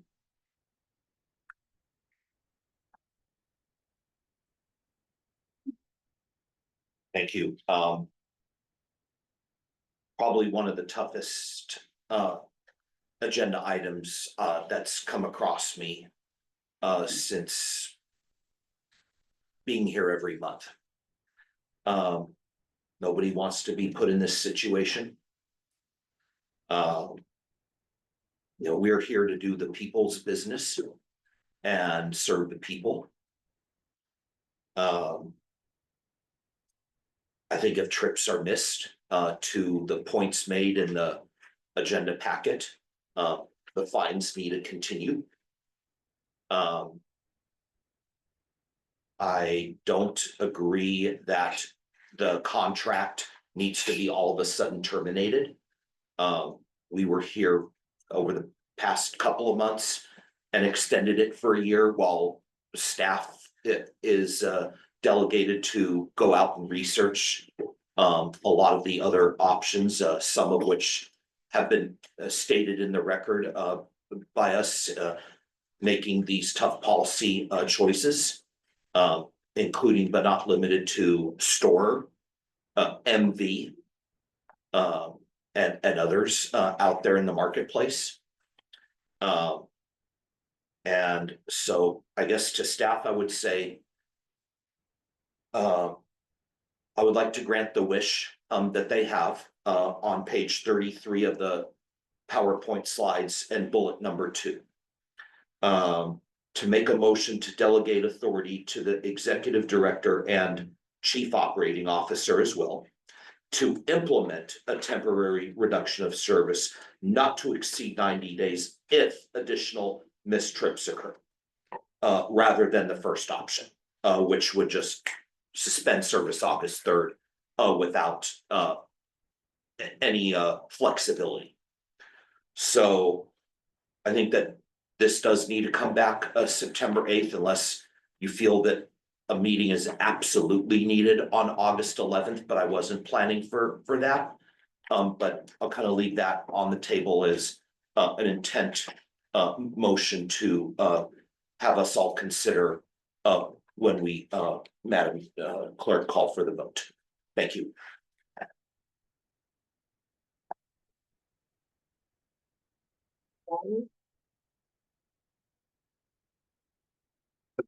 Well, Alan, can you state your name? Mike, I forgot to have. Alan Hirsch, the Lorax. Labor market is a very interesting input into the transit agency that I never ran into before, but it's fascinating, and I would have hoped this would have been considered as part of the short range transit plan. My first job out of business school was with a newspaper in Iowa that invented the little carrier service. And their circulation department was collapsing. They couldn't get children to pick up the lines and deliver the newspapers. And I'm a bright young MBA. I asked some questions and I went to the school enrollment, and the number of children from 10 to 13 had decreased by 50% over the last 10 years. I said, we need to rethink our entire circulation department because the labor. So I don't know what's going on. Maybe this is a part of the short range transit plan. If we have a cost, okay, that's a big, these labors are our biggest thing. We need to think about that. Just as a thought. We have this wonderful expert here who's done all these things. He's worked in San Francisco, one of the most difficult union environments of the country. And I think we should tap him when we have a chance. Thank you. All right, thank you so much, Mr. Hirsch. Do I have additional public comment? Hi, and then can you start by introducing yourself, sir? Yes, my name is Faramers. I spelled my name earlier. Madam Chair, I took your comments to heart and I share your concerns about the potential loss of service in Brighton, Broderick. And I think it's connected to this agenda item because if the ridership on lines 41 and 40 were higher, maybe those would not be the lines that would be considered for the suspension of service. So one thing that I just want to mention is that perhaps if there is some type of consolidation of lines in the future, that rather than having line 37 go up Jefferson to Sacramento Avenue and miss most of the Broderick and Bright neighborhoods, maybe it could instead go up Fifth Street and then either Cummins Way and Lighthouse to maybe Todd Hunter or something like that. If it doesn't go into the West Sac Transit Center, and essentially you're unwrapping the service, so you wouldn't have much of a time penalty by doing that, and you would get much better coverage, and you'd still get the 30-minute frequency. I know that's beyond the scope of what you do immediately for the driver shortage, but just thinking about how we can boost the fixed route ridership. Thank you. Great comment. Thank you. Any additional public comment? All right, I want to make sure everyone has an opportunity. All right, now I'm going to Madam Clerk, anything online? No public comment online. Okay, perfect. And now I'm bringing it back here. Yes, I have thoughts, but I'm deferring to y'all first. Yes, please. Thank you, Chair. Okay, related question. So if we go with the staff recommendation, which is the second one, or at this point, what is that number of missed trips that would sort of trigger this decision, right? Because there were 25 in June. If it's one more, is it, average one per week? What's that decision going to look like for you? I think it's more than, we would want to consider other factors other than missed trips. We'd want to see what's going on with trainees. We'd want to see what's going on with D-line. I think there's a number of factors we would want to consider. I would hate to commit to a specific number. Okay, I'm gonna go next on because I don't want to pressure anyone to make comments if they don't want to. I have a couple of questions and also thoughts. In regards to the fines to Transdev, I just want to make sure I was following because Daisy, your presentation was great, so thank you very much. But it sounded as if we had not actually implemented the first bullet on slide 29. I just want to make sure, have we not fined and stopped paying for routes that are not actually happening? I believe the billing cycle is gonna happen this month, so we would have to wait for like the whole month or two. It's based off like billing. Okay. If that makes sense. So like essentially. So you do service first and then the bill comes or the invoice comes and then we choose to not pay it. Am I getting that right? Yeah, so essentially when Transdev would bill us, they would have to remove it from their invoice. We hope they're going to. Okay. And then, yeah, we would essentially send them the bill for the fine. Okay, all right, that is very, very helpful. Again, I just want to make sure I'm following. again, on slide 29, the procurement of new transit operations contract as soon as possible. Just to be clear, we're already right now, as Michael pointed out, going through the process of looking at sort of the landscape regardless, right? Yeah, it's not gonna be realistic to do it any sooner, any faster than we're already doing. It's a Okay. year-long process, it really is. And so just wanted to make sure, so this is it, when we, on the options to address, yeah, sure, it's an option, but it's not probably a realistic option, we're already going through it. Okay, and it also sounds like at least on the missed services, I got a verbal, yes, we're not gonna bill you for services we didn't already from TransDev. And so it sounds like that's gonna happen, and probably the only additional thing is we'll add in the $100 per contract per missed trip. All right, just wanna make sure. I'm gonna go to slide 31, which are the routes 40 and 41. As we heard in public comment today, this is coming as completely new information, particularly to our drivers. And so, and it's coming from new information for me as well.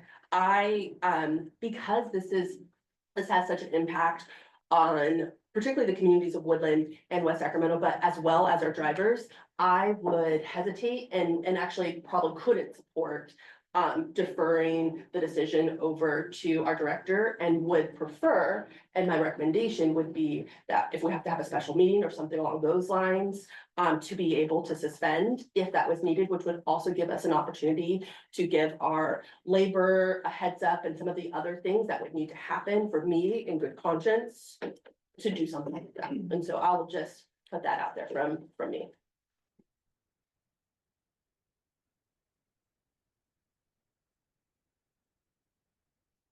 Yes, Director Vega. Thank you. So I'm also looking at slide 31. I think the piece that is missing on here is, I mean, these are just trips that with no indication as to how many riders that would impact, right? Was the average ridership? So I also would like to have that into consideration, right? How many people's lives are we gonna impact? In this case, so that's a missing piece for me. And I also, you know, think it is important that we have this opportunity for labor to weigh in, and I'm happy to see you again here with your great shoes all the time. Thank you. We got that in common. You got that in common. You know, these are not easy decisions to make, and certainly having those 21 trips be canceled impacted people's lives, potentially people not being able to make it to work that really needed to be there and late. So all of that we have to take into consideration, and this is a much larger discussion, and I would be you know, in support of not having the delegation, and instead, if this does become an issue, that I think does warrants calling a special meeting, because the decision should not be taken lightly. Not that Executive Director Bernstein, you would, but I think we should all have the opportunity as a governing body to be aware of the trips missed, the people that will be impacted based on average ridership information that we have. So that we can make that an informed decision, as difficult as it would be if it comes down to it. Director Long? Yeah, I really appreciate the tone of the conversation, that everybody's really invested in being careful and being deliberate and meaningful. I really appreciate that. This might be kind of meaningless to you, but for me, it would seem like this could be a closed session item that we would be informed about before a meeting. At least that is something that happens quite often in my city with really delicate matters. This is a delicate matter. I, being the only one here that would, out of the 3 people, I would support delegating the authority to our executive director, because we chose our, you know, executive director and to make the big decisions. That is in her wheelhouse. I, you know, I trust her to make those decisions. If we do have a special meeting, it would have to be an agendized meeting, and this kind of, if there is a decision to be made, I could see it as being one that's timely. And that's why also a reason I would support it. I am in the minority. I'm not usually in the minority. It's a weird position for me, but it is my truth and I want to say my truth on that. Yeah, that's it, I think, yeah. Thank you so much, Director Lauren. I think, some of the things, I just in responding back to that and making it clear here, I think for me, it's less of a lack of trust, but and more of the significance, at least for my community, for the Woodland community, and also for drivers, that makes me hesitate, as well as, and you were absolutely correct in, well, what would be that trigger, right? Like, how do we, and there's some information that we just don't have. And I would want to be a part of something like that. That would be so significant. To your point, I don't think the decision would be made quickly. Ideally, it wouldn't. And so would hope that there would be enough time to agendize and call a special meeting, because the decision shouldn't be made right in a matter of, you know, a few days or even a week. And so, because we would have so many people to be impacted by something like that. With that being said, how do we move forward with the motion? Oh, absolutely. Director, okay, yes. So I got two more. I have a question, in the line of work that I work in, you know, we do performance improvement plans and, something, that I'm wondering about and would love to, should this come up again, fingers crossed, hope that it doesn't come up, right? But how are we partnering with, our partners, right, to support them? Maybe there's a role that we have, right, to retain the drivers, and I hear you on the salaries, right? I think that being able to review a pretty specific performance improvement plan, that would help alleviate some of this or prevent it, right? I think that's important, because the service reduction is not going to solve an issue if there's other things that, I know you mentioned not bringing all the details here, right? But that's something from a people person that I'd be interested in seeing. If I may, Yes, of course. you know, the contract that we have with Transit dates to 2018, it was a different time. And it doesn't reflect the realities, I think, of the labor market, the housing market, the cost of living, inflation, all the things that have happened. And I think, you know, I think we're all very aware of that. That said, you know, our contract does not define how much Transit pays the drivers. That, and the question of, you know, the relationship between Transit and the union, that is their relationship. We are not a co-employer. And it's really important that we're clear about that we do not set policy that determines how much our drivers are paid. That is the nature of the model that we have with our contract. And so we have to be very careful to respect that delegation that we have, and not, even with the best intentions, put ourselves in a situation that we don't belong in, quite frankly.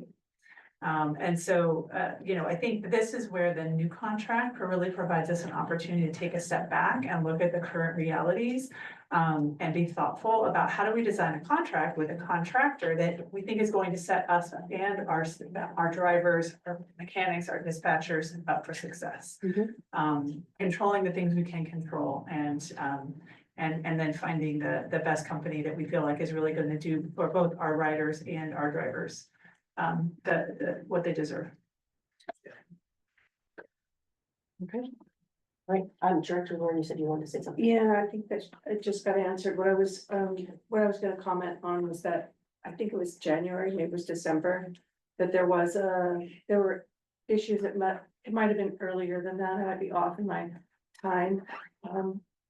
Where we didn't have enough drivers, and Michael, I think he offered maybe some bonus for them to stay, or it was a higher wage, but we went through that in the past to get enough drivers. It was, I think before Director Vega, but I think you were here for that. Yeah. This seems sudden and different than that. That was as a reaction to the pandemic. This is different. It feels different. I'm wondering about, is the staffing at other management levels, where it needs to be, you know, I think internally, there's a lot of things to be looked at for other staffing. If it comes down to affecting the drivers or how many drivers there are. I don't have a remedy. I feel kind of, you know, achy about this, that it's not fun. It's not fun. Yeah.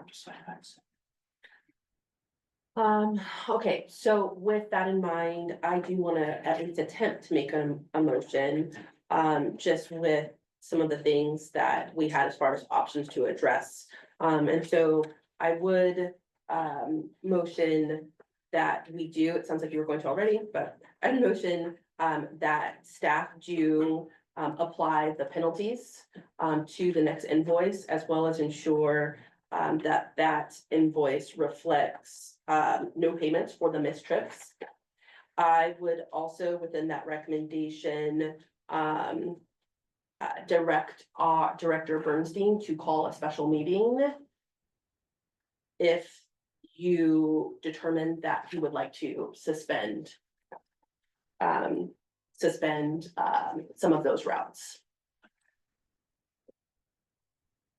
That would be my motion. Absolutely. Friendly amendment there's more, information on the trips that are up for suspension. That includes ridership trends for days. That is an excellent motion, and then also, potentially, why not others, because I was curious, I see that Woodland and West Sac on here, I was curious, why not Davis? And potentially there's a reason, Director Chapman is not here, so I would argue. Davis. I'm gonna hear about that later. I am sure. So it was a joke. So my motion with the friendly amendment, looking at our council, are we good on that motion? Yes. Okay, perfect. So I have a motion, I have a second with the friendly amendment, I accept that amendment. Now I'm gonna look to our clerk to call the roll. From City of West Sacramento, Aye.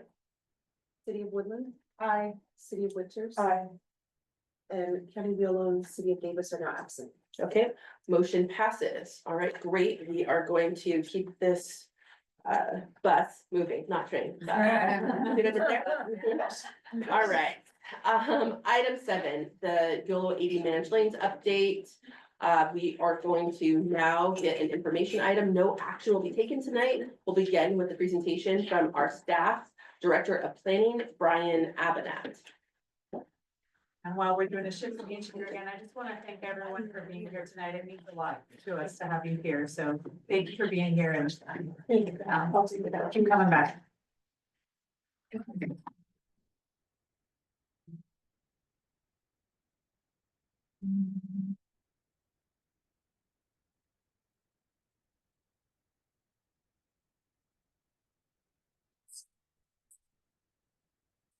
Evening, Madam Chair and members of the board, item before you this evening. An update on Yolo 80 Management Project. I'm Brian Abinett, the Director for Yolo Transportation District. We generally bring updates to the board quarterly on this project. Before we get started on tonight's item, we have several guests we'd like to introduce.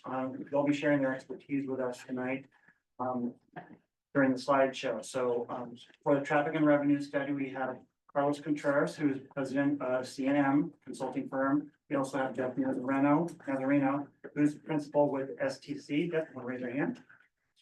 Speaking on the CARDA budget and 5-year forecast, we have Kathleen Aziz. She's CARDA staff and also SACOG principal planner. And then for the equity study update, we have MJ Jackson from WSP. And we also have Andrew Nelson with WSP, who's with us on Zoom. Next slide, please. All right, so with this slide, you can see there's a chart, right? And there's two things that are going on right now with Yolo 80 Managed Lanes project. There's two components, one's construction and one's tolling planning. There's a lot of activity going on the tolling planning side.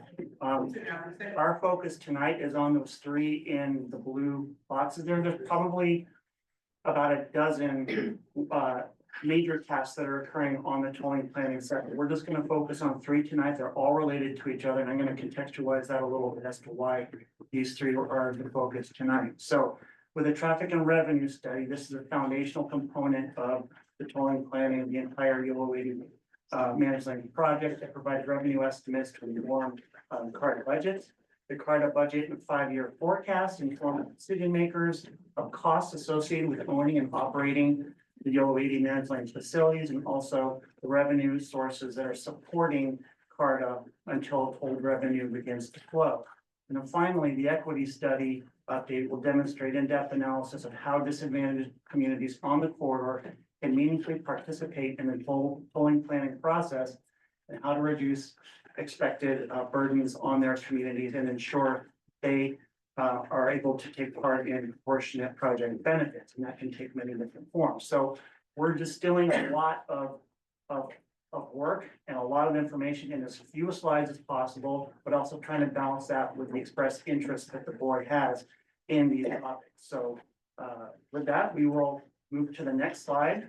And so that first one we're gonna address is the traffic and revenue study, and I will turn it over to Carlos. Thank you, Brian. So, quick introduction, I'm Carlos Contreras, president of C&M Associates. We're a specialist firm that does traffic and revenue for toll facilities nationwide.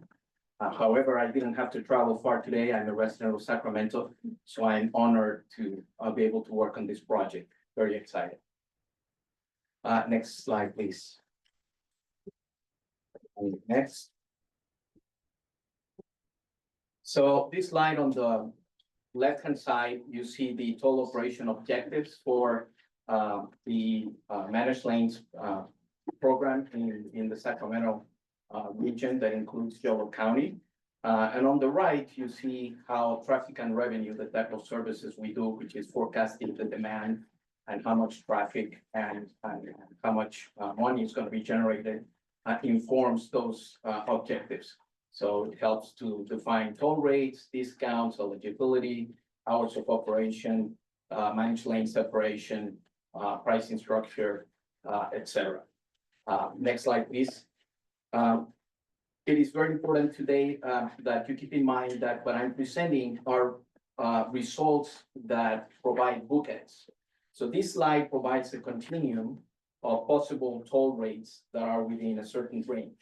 On the left-hand side, we're looking at traffic optimization. That is to move as many vehicles as possible in the managed lanes at a lower revenue, but more traffic. On the other end of the spectrum, on the right-hand side, we have higher revenues that are by optimizing the toll rates, trying to get as much money as possible to be able to reinvest in whatever decisions the board has and CARTA board has.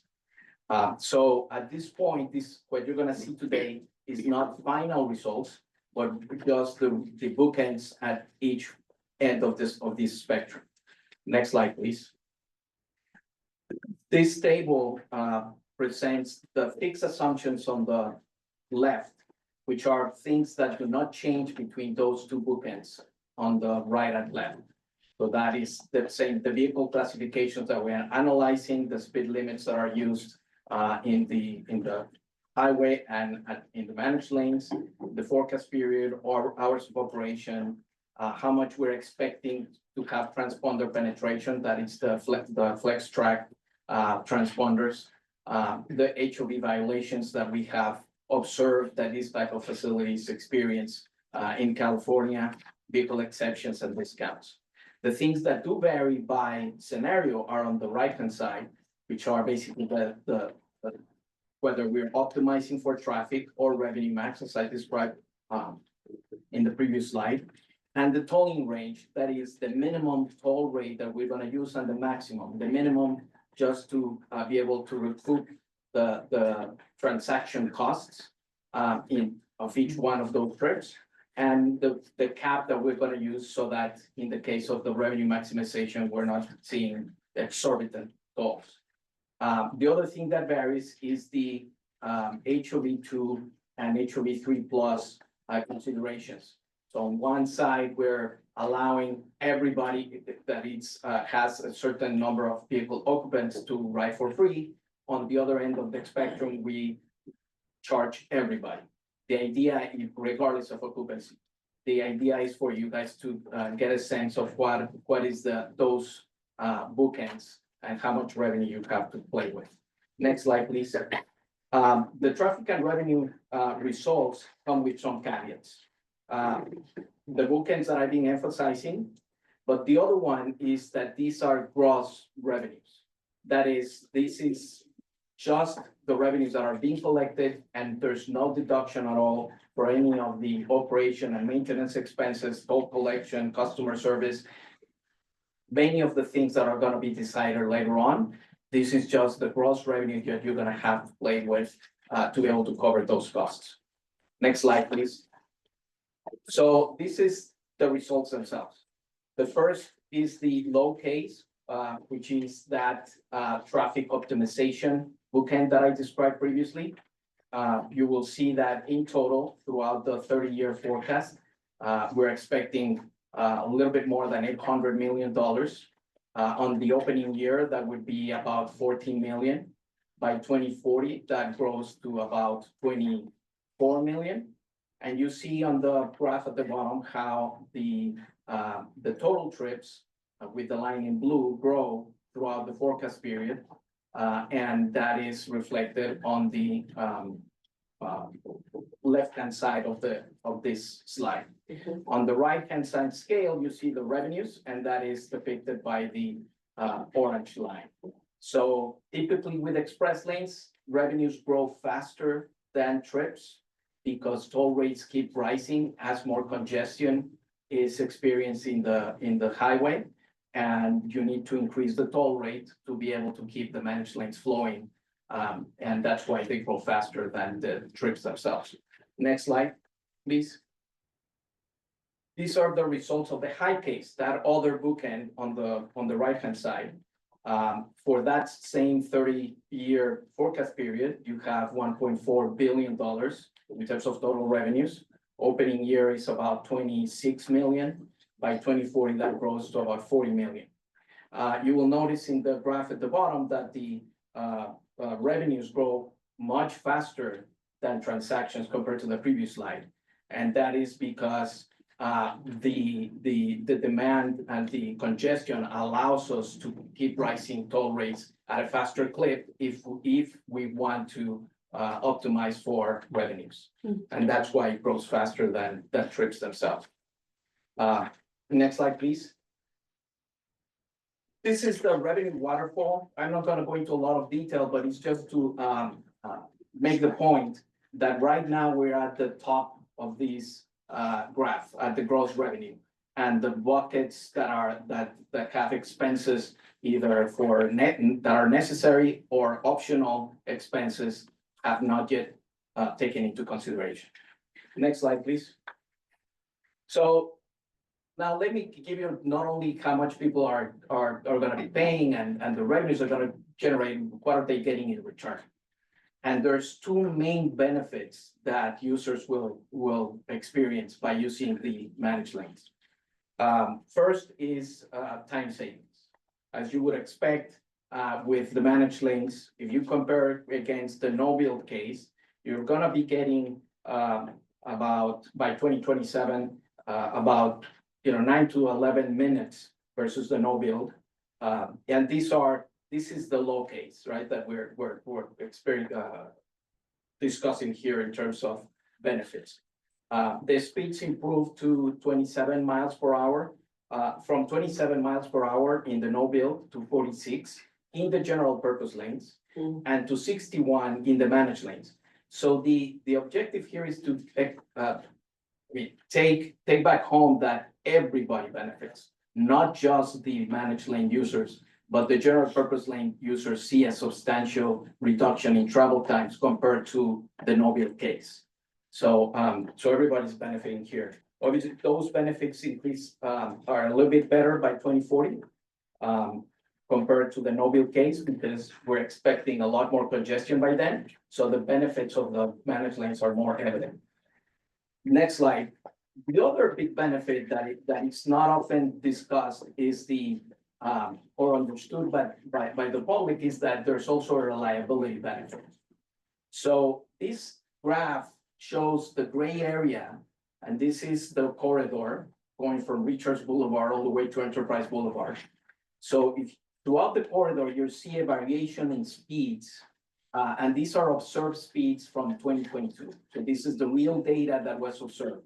So on a good day, in Mains Boulevard, you would see on a good day, speeds that are close to,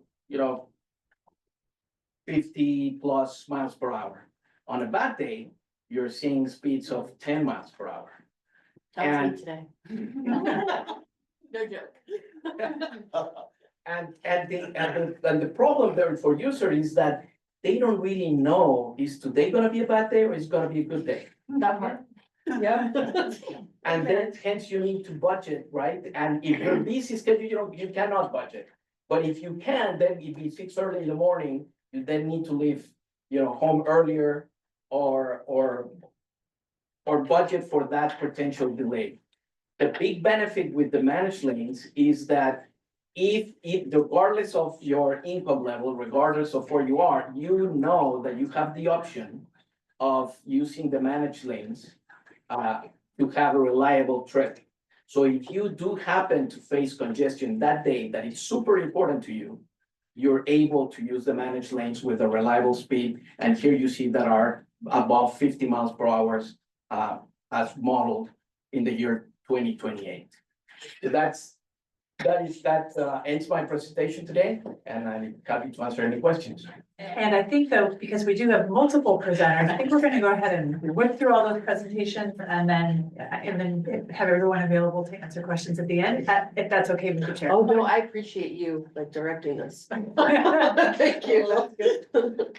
All right, do you want to introduce yourself? Sure, I'm Kathleen Aziz. I'm a planner on the transportation team at SACOG and on loan managing CARTA's toll program, CARTA being the Capital Area Regional Tolling Authority.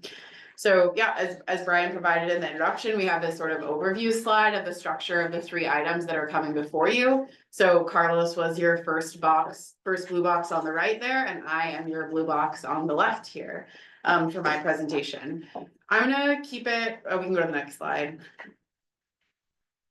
And the next slide, thank you. I'm gonna keep it really high level. There is a 5-year budget forecast table on this slide, and I am happy to dive into any of the details. But really what you should be taking away from my presentation is, right, Carlos just presented some numbers that were related to the gross revenue, the top of that faucet. And he pointed out that there are necessary and discretionary costs that CARTA is going to have that need to be subtracted from that gross to get the net, which is what everyone wants to talk about. CARTA doesn't yet know what the costs fully that it needs to take out are, so that's why we don't have a net number that we're bringing before you today. But we're starting from somewhere. And so this 5-year budget forecast is an initial estimate of what we think our costs are gonna be for CARTA over the next 5 years. So you can start to wrap your head around the sort of order of magnitude of what we're talking about here. So the orange boxes that I've highlighted here are to give you a sense of what CARTA is doing in the 5 years over this budget forecast, because it really evolves. So in this first year, which is fiscal year 24-25, we have really procurement and contracts. This is CARTA kind of teeing up the big work that needs to happen when the lane and the back office parts of the lane are being constructed in the next year. So if you take to the next slide. The 2 years in the middle of the 5-year budget forecast are really the construction and testing years. These are the highest overall budget years because there are a lot of one-time capital costs to construct the back office toll parts of the lane that only occur in these years. So if I were you and I was trying to do some quick math to understand what we're looking at here, I wouldn't focus too much on these years because they have some unique costs in them. But if we go to the next slide, the final 2 years, 2029 and 2030, are where CARTA anticipates being in revenue service. That's what we call when the lane is open and we're collecting tolls. There's a ramp up period, and again, a lot of these are estimates, but if you go to the next slide, really sort of the bottom line is that at this point, we're anticipating about $8 million of operating costs for fiscal year 2029, 2030. that doesn't include reserves, right? So don't take home that number as gospel, but it gives you sort of a sense to compare against the other numbers that were part of Carlos's presentation. And with that, I'll turn it over to the equity team, but happy to take any questions after. So jot down any questions you might have related to the CARDA topic, but we will transition now over to the YoloTD equity study and just taking Kathleen's comment that, when you factor in what funding might be available, one of the additional buckets that, I think the region and the corridor is interested in pursuing is, what could be invested into sort of an equity program. And so MJ and her team have been working on the equity study, which really focuses on sort of the process and sort of the communities that are being affected by this project. So MJ, I'll turn over to you. Thank you Next so slide, please. much. And I did this right, correct? One on. Okay. Is it green? There you go. There we go. Hi, everyone. I'm MJ. I'm on the WSP team, along with Andrew Nelson, my colleague, who is actually on the call on the screen waving. Really excited to be here today. And we can actually go forward a couple of slides. So when you see equity study overview and goals. Great. So you can also go to the next slide. Brian gave a really great introduction. Essentially, this is us talking about some of the work that we've been undertaking to develop an equity plan that maximizes benefits and minimizes burdens for users on the causeway. So some desired outcomes of the equity study, as you see above. Yes, we're looking at feasibility. We're looking at the basis for local and regional coordination, but really our ultimate goal is to get to what we are calling exploratory equity actions, or EEAs. So this is essentially a short list of strategies that I want to emphasize are not recommendations, but these are strategies that we want to put forward for further exploration. Next slide. So some components of the equity study that will get us to those EEAs, you see them here. There are our literature review, user and neighborhood analysis, and stakeholder and CBO engagements. You can go to the next slide. And so those components are going to help us get to our final equity report and will help us evaluate what EEAs we should put forward. But there are a couple of things that we need to consider as we work through this study. One is that we really want to make sure that we are good partners to CARDA in this process. So everything that we do here is for us to have our own understanding of what Yolo needs and to then supplement the regional work that will be being done by CARDA in the future. Also, we know that, we already talked about the waterfall, so we're kind of close to the bottom of that waterfall. And with any excess net toll revenue, we know that there are some vehicle mile traveled, BMT mitigation commitments that will be in place. So we just want to make sure that we are constantly looking for synergies between BMT mitigation commitments and equity opportunities. Next slide, please. So we're going to dive into the components of this study. So you already saw that list of items, and we're just going to get a little bit deeper into each of those. So in our literature review, you will find essentially 4 main sections. We are talking about approaches and policies. Those are things that inform our overall philosophy and values with this equity study. We have frameworks, which are essentially informing kind of multifaceted, holistic approach to what equity could look like in these EEAs. We have a section on data analysis, which essentially is best practices that informed our own data analysis, in particular the safe harbor mobility zones. We'll talk a little bit more about our own analysis in a couple slides. And then finally, there is a set of case studies with strategies that, again, can inform what those EEAs might look like. So these are things that other agencies are already doing. They're giving us an example of like, okay, what does this look like for Yolo? What could this look like for Yolo? Next slide. This past spring, we held a goals and outcomes workshop with representatives from SACOG, CARTA, City of Woodland, Caltrans, and Davis. This was an opportunity to begin early engagement with stakeholders to make sure that we are starting those conversations early and making sure that we are shaping high level equity goals and areas of interest. The overall goal of this workshop was to create an inclusive environment for discussion. We can go to the next slide so you can see some areas of interest that came up in that workshop. There are quite a few. One in particular that was really interesting, the safety and public health came up a lot. Not only in the sense of, you know, diversion and what that looks like for safety, or congestion and how that could possibly impact safety on the roads, but also safety as far as environmental impacts and like the greenhouse gases in the air and things like that was something that came up as an interest area that we might want to look at further when we think about exploratory equity actions. We can move forward to the next slide. So the study analyzed users and neighborhoods. Our user analysis looked at demographic and trip data to identify trends on the causeway. And then our neighborhood analysis used spatial mapping to tell kind of a visual story, a data story about how communities may look different along and around the causeway. Next slide.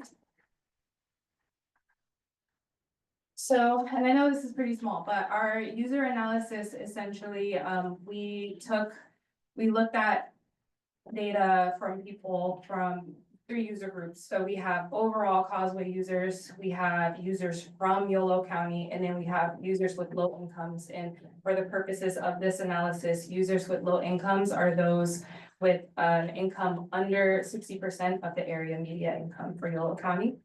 And we found a lot of really interesting things, all of that we can't get into today, but we chose this slide in particular just as an example of a finding that we found interesting. There was, if you're looking by age, so at this slide, and I'll kind of walk you through it in case it's small for anyone here. And the left-hand side, we're looking at users by age on the weekday on the causeway. And you can see that peak, that to the right of that little mountain, that is for the 45 to 64 age group. And that peak is in all of those 3 user groups I mentioned. So causeway users overall, users from Yolo County, low income users. But then on the right-hand side, we see users by age on the weekend. And now you see 2 peaks. So there's one peak still in the 45 to 64 age range, and that peak is still kind of there for all 3 user groups. But now you're seeing the peak in that 18 to 24 age range. What that potentially tells us, we can't say 100%, but you know, we know UC Davis is nearby. Maybe these are students in that 18 to 24 age range doing a lot of their travel on the weekends for whatever reason. Not only is this helpful for us just to kind of, again, start to tell a story about what might be happening on the causeway at different times of week and with different groups of people, but it also gives us some ideas when we start looking at those EEAs. Maybe, you know, we have strategies that have to do with outreach, and we can assume maybe that people who are 18 years old using the causeway might feel much more comfortable with a certain kind of outreach that's very different from what people who are 65 would respond to. So maybe we're looking at going, you know, partnering with campuses to share information, or maybe we're using a certain social media platform that works really well with younger people. Whereas for that 45 to 64 age range, we might be doing something more traditional. We can go to the next slide. We also did a neighborhood analysis, and with this neighborhood analysis, we created a set of resident profiles. We have about 6 tables like this, but the one that we chose for this presentation is the carpool reliant profile. So what we did was we took 3 different behavioral or demographic indicators, and basically using those indicators, we're able to show, okay, this neighborhood might be reliant on carpool. So if in this neighborhood, in this resident profile, we're seeing a lot of folks with that low income indicator, a lot of folks without access to a personal car, and a lot of folks who are already commuting by carpool. We can, we have a story here of like a group of folks who might be pretty reliant on carpool because they are carpooling. And how else are they getting around? It might not be so easy if you don't have access to your own car and you also have a lower income. But we also would take those same indicators with each of these groups, and then we would configure them or refigure them to like just get an idea, get a little bit more detailed about what this could look like if, for example, in that last row, if you had somebody who had a low income but was not carpooling, or you have a neighborhood with low incomes where people are not carpooling and they do have access to personal cars. So now we see, okay, this is a group of folks who, maybe they're not relying on carpool, but they might, if tolling comes to the causeway, look at that as, this might be the group that sees it as most unfair. And they're like, I need a car to get to where I need to go. Maybe they're not carpooling because their origin and destination just does not work for the causeway, or for a carpooling program. Maybe they're not carpooling because they're not aware of carpooling programs. Maybe they're not comfortable with them for whatever reason. So this might be a sign that this is also a group of folks that we want to think about with how we do outreach, how we make sure transponders get to folks, etc. Next slide, please. So we took all of those profiles using that table that you just saw on the last slide and created maps like this for each one. So essentially, the darker the area on the map, the higher the incidence of the main profile. So with this one, this is still the carpool reliance profile. You can see dark areas on this map around Davis, right here in Woodland, and in West Sacramento. And this is important information. Again, it just continues to tell the story. So we know that, you know, somebody who is already carpooling, has low income, doesn't have access to a car. This is somebody who could really benefit from information about carpool programs. This is somebody who will immediately benefit on the causeway because if they're in a vehicle with 3 or more people, they're not going to have to pay. But they need to know that, and they need to know that they still need a transponder. They need to know what it's like to sign up for a tolling account. And if they've never been told before, it's still important for them to know what's going on so that they're not on the receiving end of fees that they didn't expect because we didn't do our due diligence. Next slide, please. And finally, just some quick next steps. We'll go on one more slide. So to finalize, or not finalize, but to really round out this study and make sure that we are getting all the information that we could use to really decide and prioritize which EEAs to move forward with. And again, I want to stress these are EEAs that we are putting forth for further exploration. We want to make sure that we are making touch points with stakeholders. We first want to start with or in this slides, we're starting with the multi-sector project stakeholders. So these are folks from institutional locations throughout Yolo County who can share insight relevant to the constituents they serve and or the institutions they are a part of. You see a list on the right-hand side of where these folks might come from. We would be starting with the folks that we invited to our goals and outcomes workshop.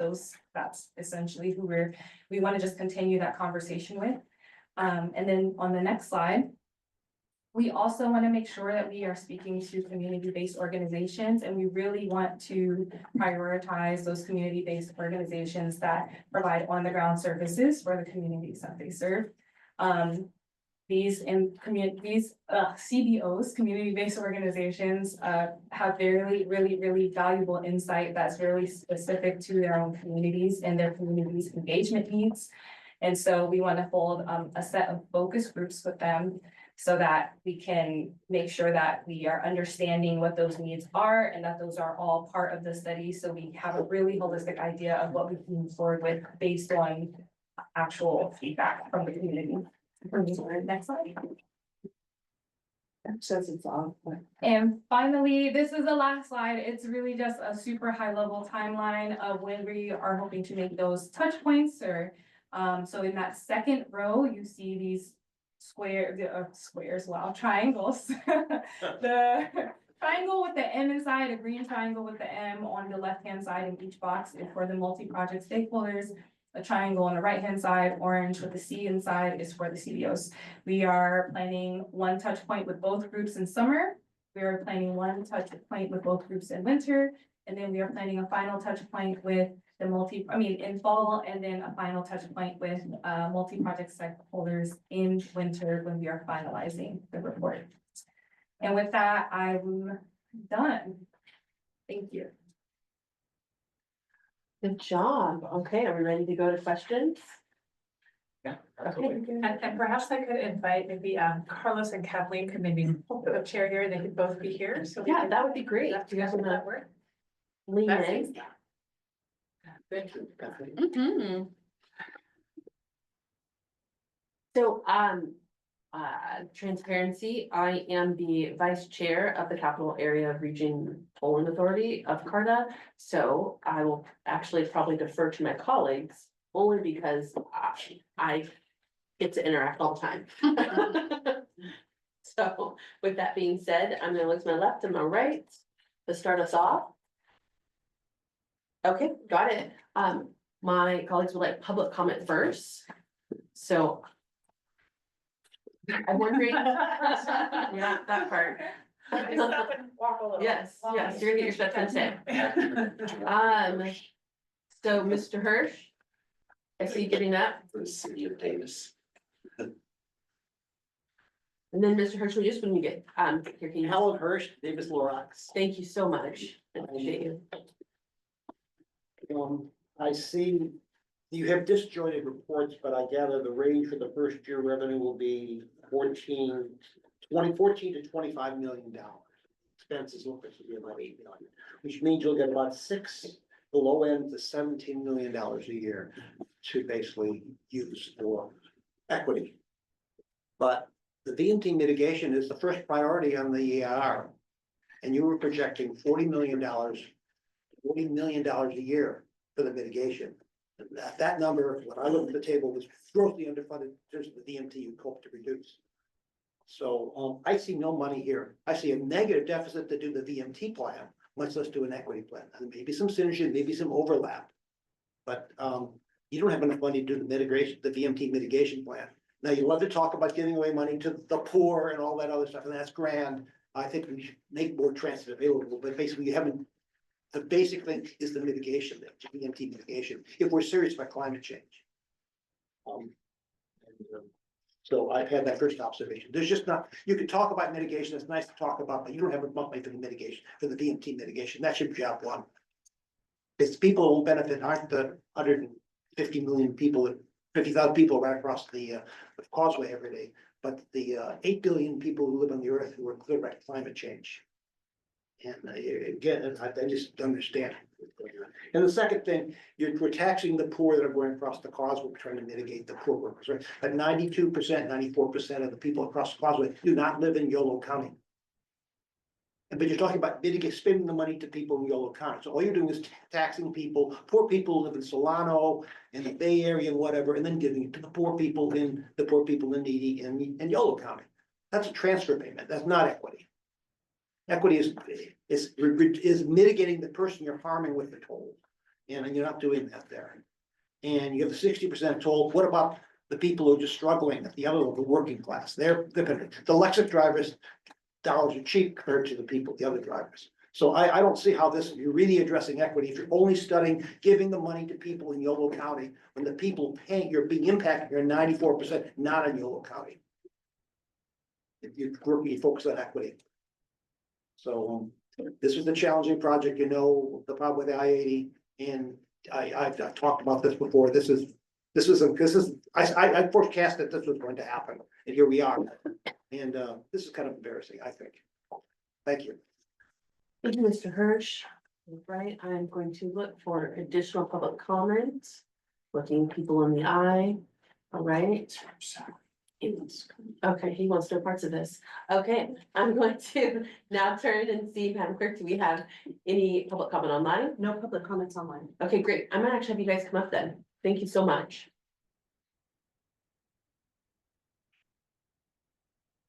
Remind me, this is information only, this is a workshop? Is this considered a workshop? I don't remember how it's agenda. Update, okay, thank you, that's helpful. I'm going to turn to my colleagues. So I have Director Lauren first. This is a lot. I'm an alternate, but I'm gonna have to go, so. I just wanted to ask, if, prior to Mr. Hirsch coming up, the Winners is on the Solano, border. Many of our services are in Solano, and a lot of people travel on the causeway from Solano. Yeah, is that too big of a scope to look into how Solano residents are being impacted? With the, Is your question about whether it's too big of a scope for this equity study? well, when I was looking on page 68, we have Yolo County overall users. I was looking at that for users, not necessarily equity. I'll defer to the YoloTD team. Yeah, I think that, what our focus with our study is on the impacts of the facility, not necessarily the tolling, but the facility on the Yolo County community and the communities that are adjacent to it. So that's what we've been focusing on. Now, Carter's gonna be doing a regional equity study. They've applied for grant funding, and that will be sort of following this. So we're a little bit ahead, but this can help, inform, and some of the data that's collected, we might be able to hand off to them. But really, we feel like that's part of more of the regional equity studies, responsibility.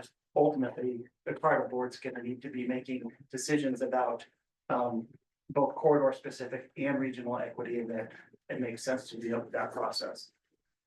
If I may, wearing just my Carter hat and some of the information that Kathleen has blessed us with. I think part of the issue might be in looking at the impact that this might have in Solano is at the same exact time, Solano is also implementing their own tolling. And so I think it would be difficult to try to tease out what's the impact of our tolling versus literally theirs is coming online, I think in the next few months, if I remember correctly, right? If it hasn't already. Yeah, so folks have driven to the Bay Area recently. You've seen the signs that say coming soon, and their lane is open. They're in sort of the final stages of testing. And we expect late this year, early next year for them to turn on those lanes and start collecting tolls. And I think to Brian's point, right, Carta's perspective is really thinking about managed lanes as regional resources that cross county lines, and this corridor in particular is really a regional resource that we all use to get to and from the Bay Area. And so that's how the two equity studies will complement each other. This one gives you a really rich understanding of what's going on in Yolo County. And then Carter will be there to pick up the conversation on, okay, how does that compare to how the larger system will work all together?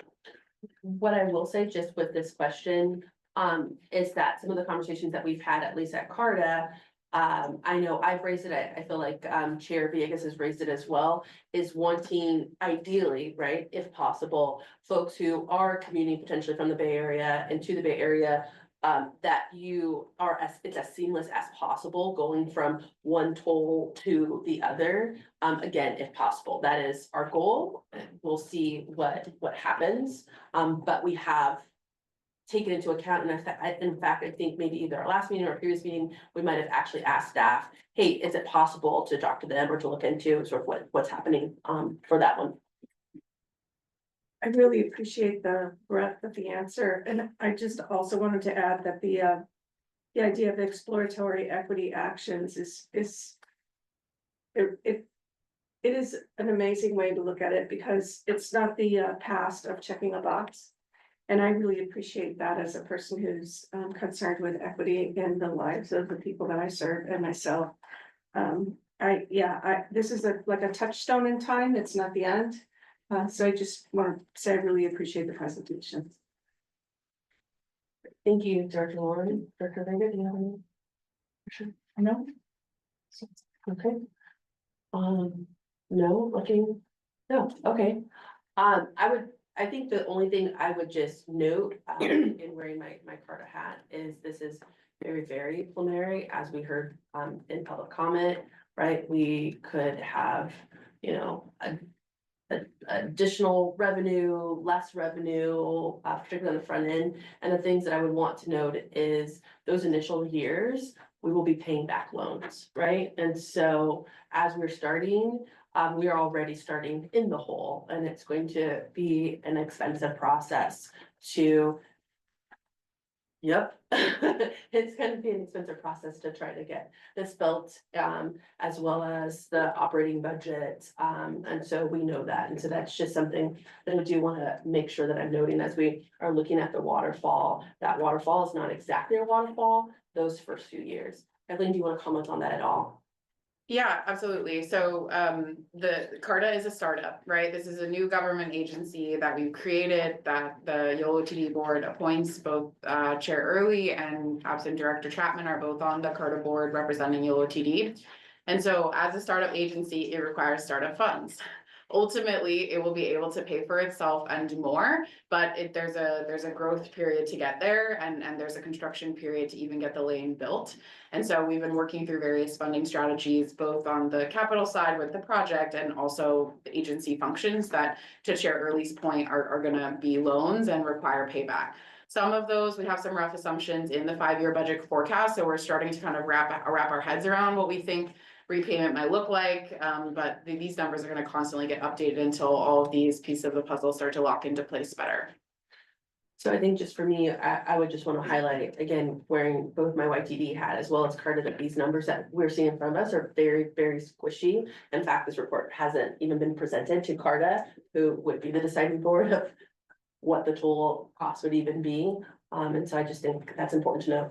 I'll also note, Caltrans sits on CARTA with us as well, and I think we continue to try to figure out, costs and what potentially can be shared or what already exists with Caltrans that we can then use to help lower the cost of the project.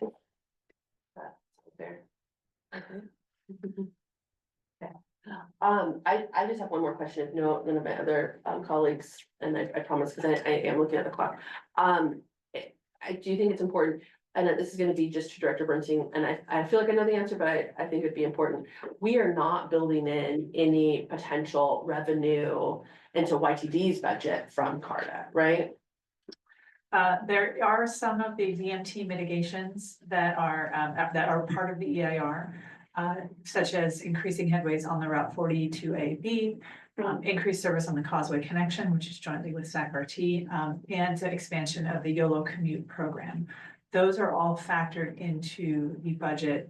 I see Chen has now entered the room. I want to say starting in fiscal year 2028, when we anticipate the project coming online. What would happen, like we just talked about, because first, what's gonna happen is we've got to pay our debts, right? And yeah, go ahead. So the please. first 3 years of mitigation funding were actually included as part of the grant that we won from the California Transportation Commission to fund construction. So the first 3 years of all those mitigations are already paid for. Awesome, that is wonderful to hear as I think about our budget. All right, great. Anything else? If I could, Madam Yes, of Chair, course. just, I know there might be some folks online or in the room who aren't familiar with CARTA. So as I mentioned, we're a separate government agency. Our website's captollauthority.org. We have board meetings. You can watch them on Zoom. You can participate in person. We'd love to have you if you're interested in a more in-depth part of the conversation on all things tolling. So thanks for having us. Thank you for that plug.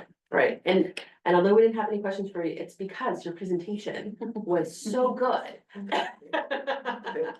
All right, thank you so much. We're gonna move on to the next agenda item, looking at the time. Thank you, guys. All right, and as you said, I see Chance entered the room. Next, we're gonna have a presentation of our audited financial statements for the 23-24 fiscal year. This is an information item only, no action will be taken tonight. We will begin the presentation from staff, Chaz Rodrigo. Did I say that your last name correctly? Yes. Awesome. Director of Finance. Thank you and welcome.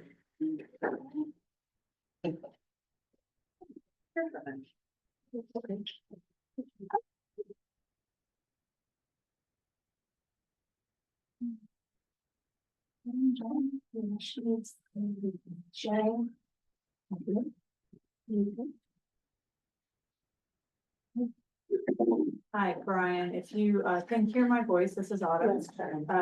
We are putting you in as a panelist, so you can share screen and share slides. And I see that you're there now. Welcome, Brian. Hang on.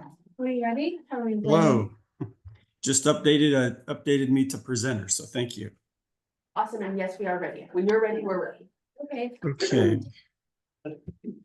All right, so I'll be presenting the 2024, June 30, 2024 audited financial statements. We did finish the financial statements in March, but we were pushed back off of one agenda and I went on a vacation. So here we are in July of the following year.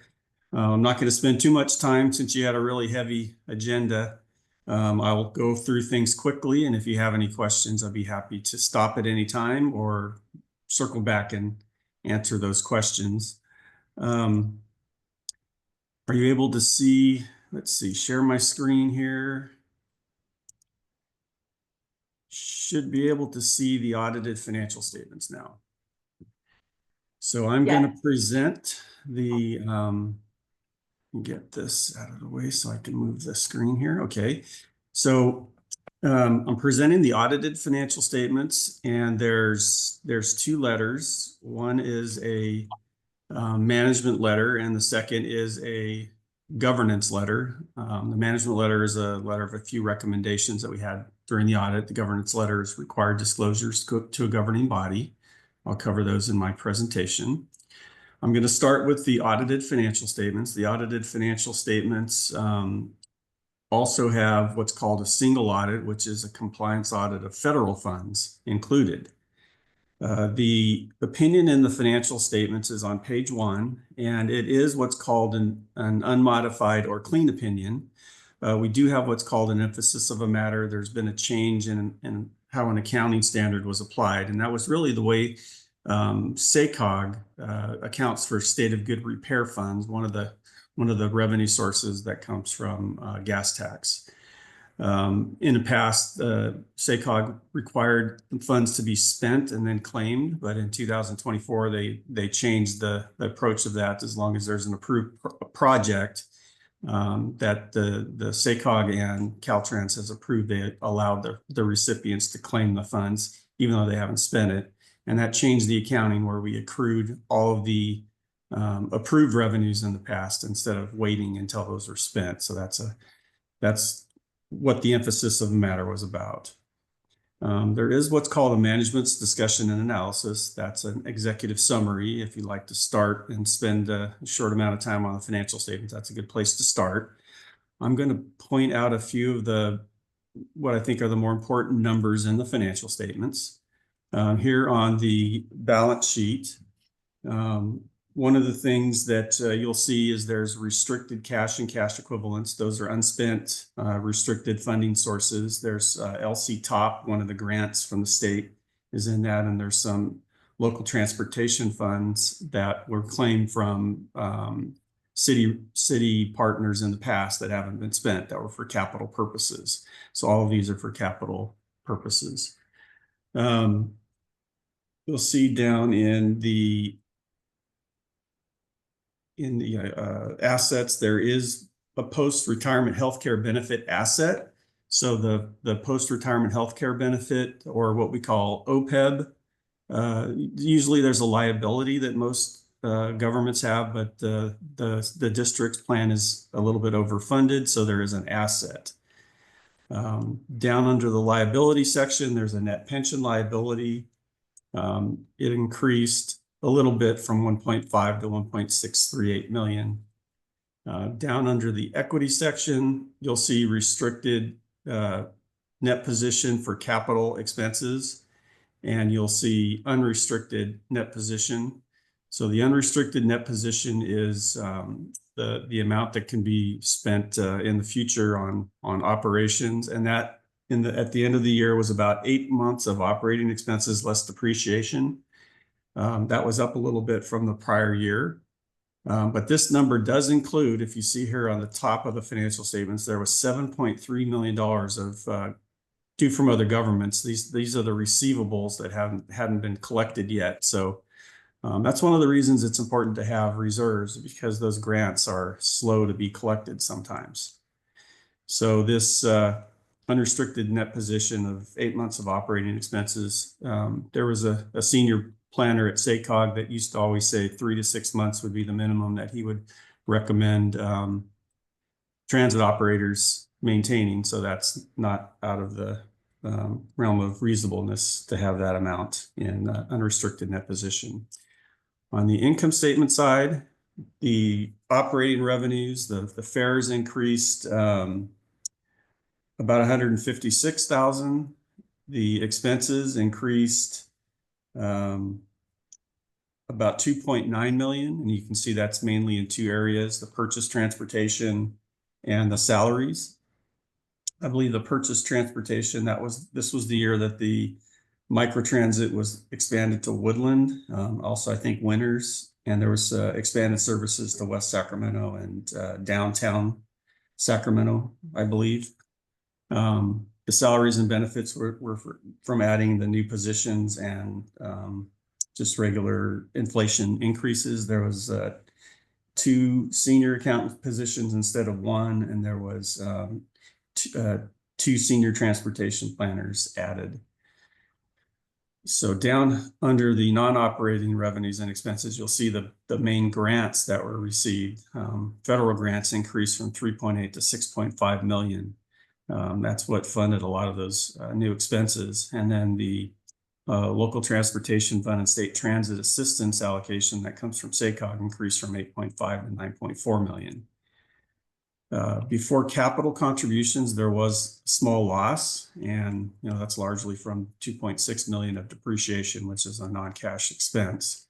Overall, the change in net position was positive after the capital grants. And you'll see here at the bottom of the income statement, that's that change in how the state of good repair funds were accounted for. So that's the amount that was accrued at the beginning of the year that hadn't been accrued previously. Now I'm going to go through a few of the footnotes, just pointing out the high points. You'll see here's the restricted funds, those LTF capital reserves and state of good repair funds that I mentioned. Under the cash and cash equivalents, basically you have deposits in financial institutions and investment in the county pool. Let's see, so here's all of the receivables. You'll see 4.4 million was Federal Transit Administration grants. And then some monies from SACOG, the SACOG State of Good Repair, State of Transit Assistance were the majority of the rest of it. Let's see, there's a fair revenue ratio that used to always be something that was very important, and transit operators had a lot of interest in, but recently Federal Transit Administration operating grants were allowed to be included in this calculation. And so you'll see that the fair revenue ratio is over 60% because of that. So let's see, there's a lot of information about how the pension plan was computed, as well as the post-retirement healthcare benefit plan. I'll go through that. That's information's there if you want to see how it was computed. The contract commitments on the TransDev contract is there. This is the restatement for the state of good repair funds that were accrued. And then there's subsequent events talking about the managed lane project, the grant that was approved, and some of the things that are happening with that project. One thing I like to show you in what's called the required supplementary information, this is the pension plan. This number here shows you the funded percentage of the plan. It's 74% funded.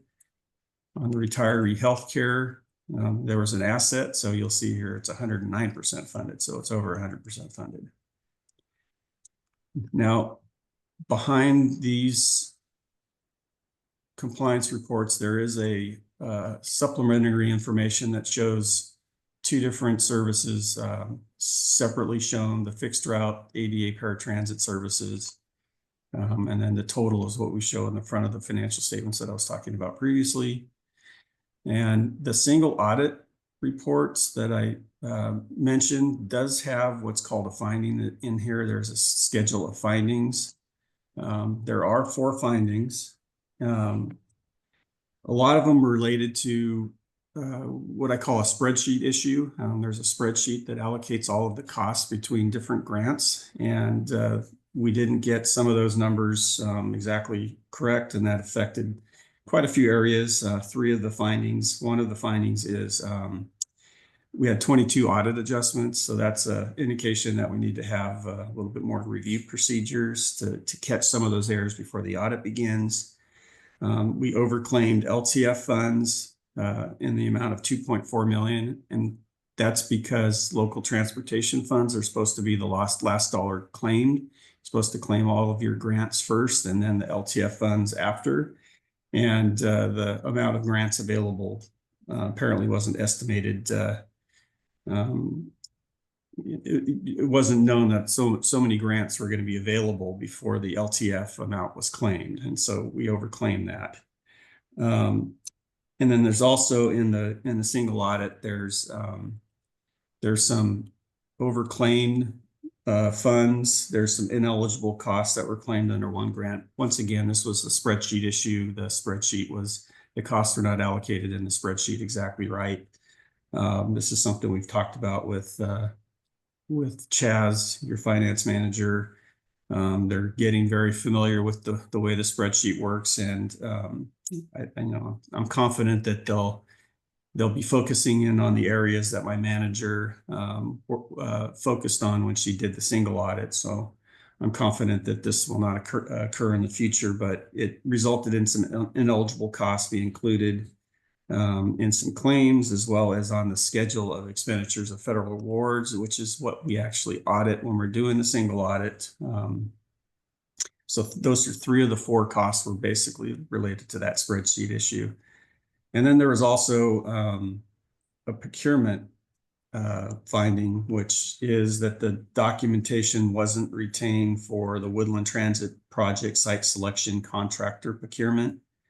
And then debarment clause. So the contractors bidding on federal grants have to prove that they're not debarred or prevented from bidding on contracts, and that the district is supposed to check that's the case.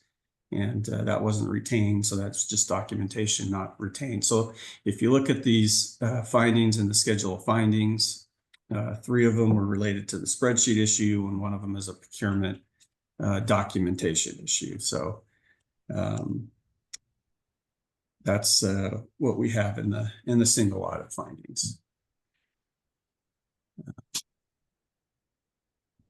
I'm going to go now to the management letter. We just have a few recommendation here. One of them is there is a City of Woodland pass-through grant. And there's a recommendation to update the policy for the subrecipient monitoring to add a few things to make sure we're monitoring what City of Woodland does. They're supposed to follow procurement standards. We probably should do a risk assessment to make sure we're looking at where they may not comply with the uniform guidance, which is the requirements that must be followed when there's a federal grant. Let's add that to our policy. There was a policy that was approved just recently, so that would be a recommendation to add a couple of things to the policy. Make sure we're risk assessing where something could go wrong, and then making sure we're monitoring what the city did.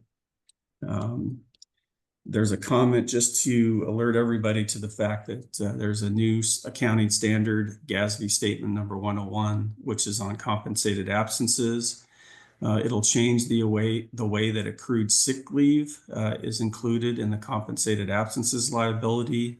It used to be that we would only accrue a liability if there was a payment at termination. So if there's a cash out at termination, if somebody left the district, but this new accounting standard requires sick leave to be accrued for time taken off in the future. So it's a little bit of a change, and clients are getting geared up to make sure they know how to do that one.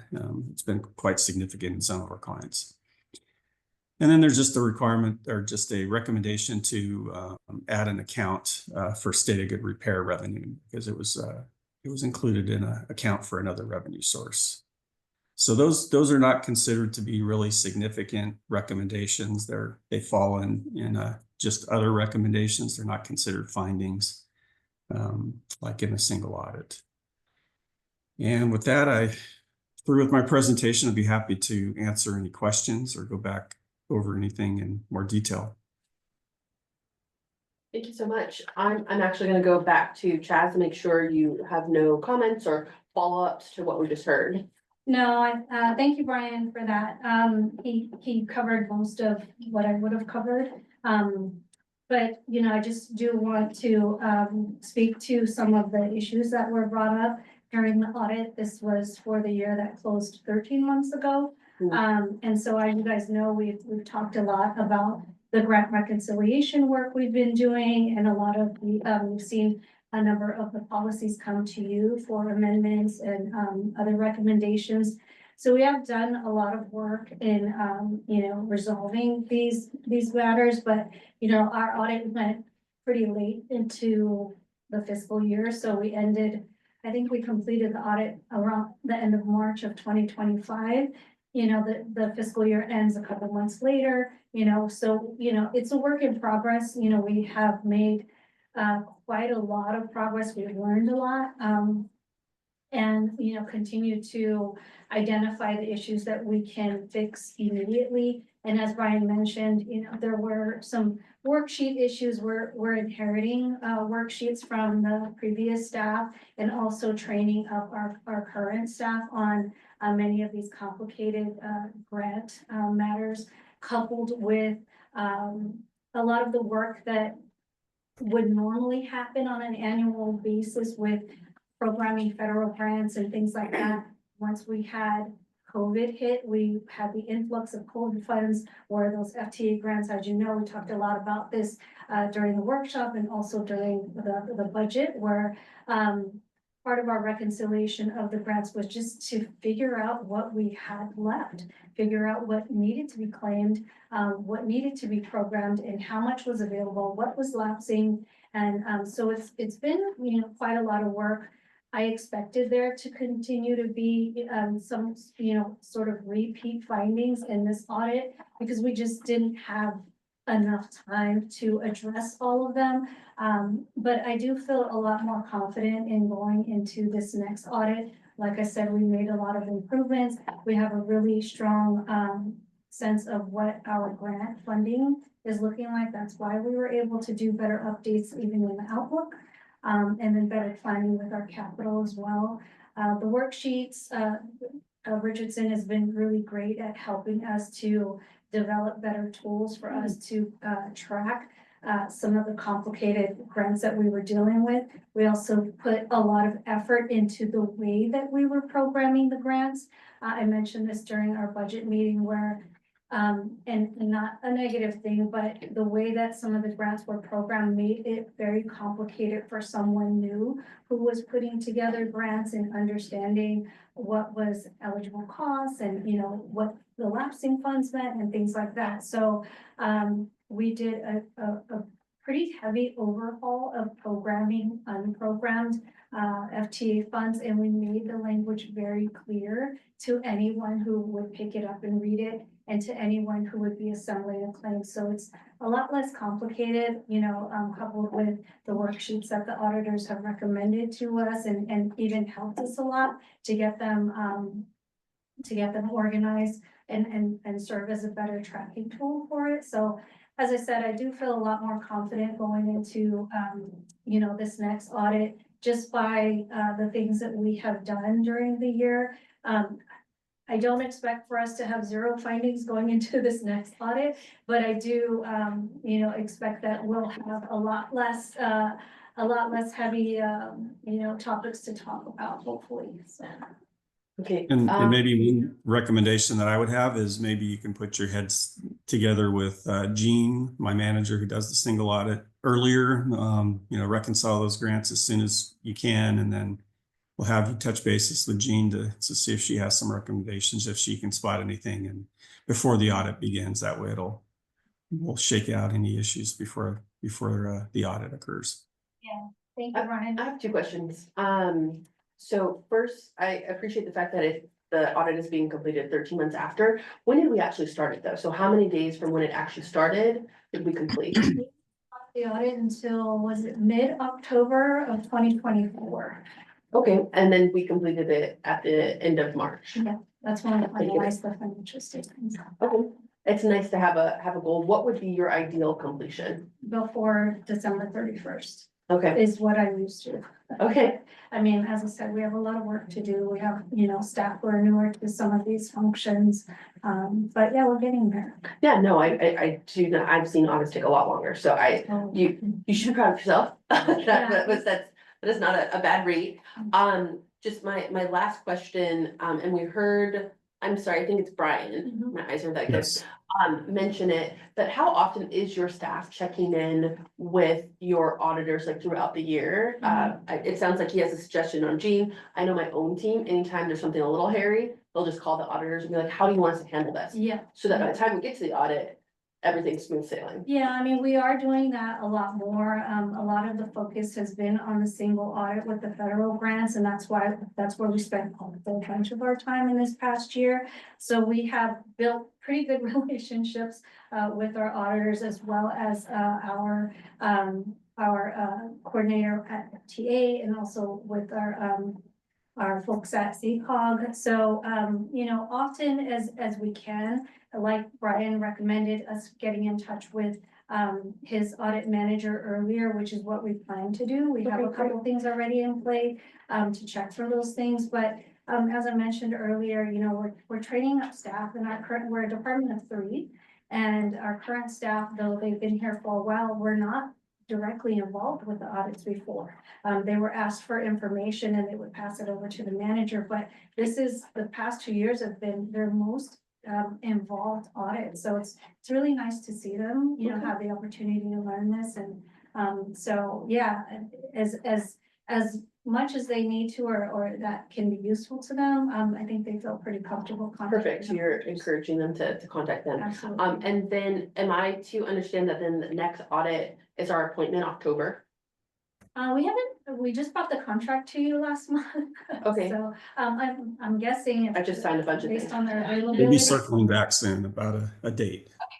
I ask only because I know one, you have to get on your guys' books, but 2, there's only, literally the fiscal year just closed. And so you might still be reconciling and closing to his point. Yeah. And so, just curious when our next audit actually starts. That's the questions that I have. I already turned to my colleagues. They said no questions. I will open it up to public comment right now.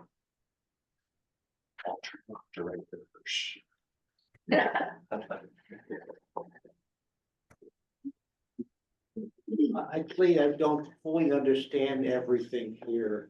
I just see spreadsheet errors. That seems to minimize when I see the 2.4 million overclaimed LTF fund, 1.4 million of capital funding, 300,000 on page 306, 100. We're seeing money that are calculated that amount to 20% of the budget of the agency. Miscalculate, that's pretty significant. I mean, maybe it's all covered, it's all good, but it just doesn't give me really warm, fuzzy feelings what's going on. I know you're new, that's fine, but my understanding, and I don't know what's going on, but there were a bunch of closed door meetings where they fired the previous executive directors of the agency, and the rumor on the street, there was a financial problem. They looked at accounting, I don't know what was going on there, but if that was the problem, didn't seem this was really, the financial thing was really addressed, but this is the sort of adjustments we're seeing. That's just feeling, maybe I'm all wrong, maybe I misunderstand things, but minimizing is the spreadsheet problem seems to minimize what's going on. I know everything's on the up and up here, but trying to spend money, but the system is still seems to be, the whole thing corrected, but this doesn't give me really good, this gives me a good warm fuzzy feeling, so. Thank you very much for listening, and I know this is really digging in deep here. Thank you so much. Any additional public comments?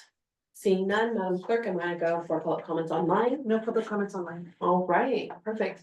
And this was no action needed, informational only, correct? Correct. All right, thank you so much, Chaz, for all of your hard work. I know that as you continue to build capacity, next year will be even less that we are able to point out. So thank you so much. You're welcome. Director Brinton, did you want to say anything? On the audit, no, I just wanted to remind that we do have one more item. Yeah. I know, we got that. You see me going through. Consent 4D, I think, or 4B. I gotcha. 4B. Yep. Thank you so much. Thank you. All right, we are gonna now go back to our consent agenda. I pulled 4B. I had just two questions, because I know my colleagues had questions on this. One was around the unrestricted dollars. I'm pretty sure we were adding, I'm gonna go off my memory, I did make notes, something like $200,000 in unrestricted. Okay, perfect, yes. Just wanted to confirm that that was already budgeted, according to the budget that we had laid out. Yeah, so the budget in fiscal year 25-26 qualifies that as if available. So as Chaz is reconciling the 24-25 budget, if there's a unrestricted funds that are available from that, then they will go towards this project. If not, then we scale back the scope of this project from 100% to 60%. So the proposal we got allows us to react to whatever financial scenario we find ourselves in. Okay, I just want to make sure I'm keeping up. So depending on sort of how the budget is going, if it is available, then what we are approving is then for you all to be able to use those dollars to complete the project at 100%.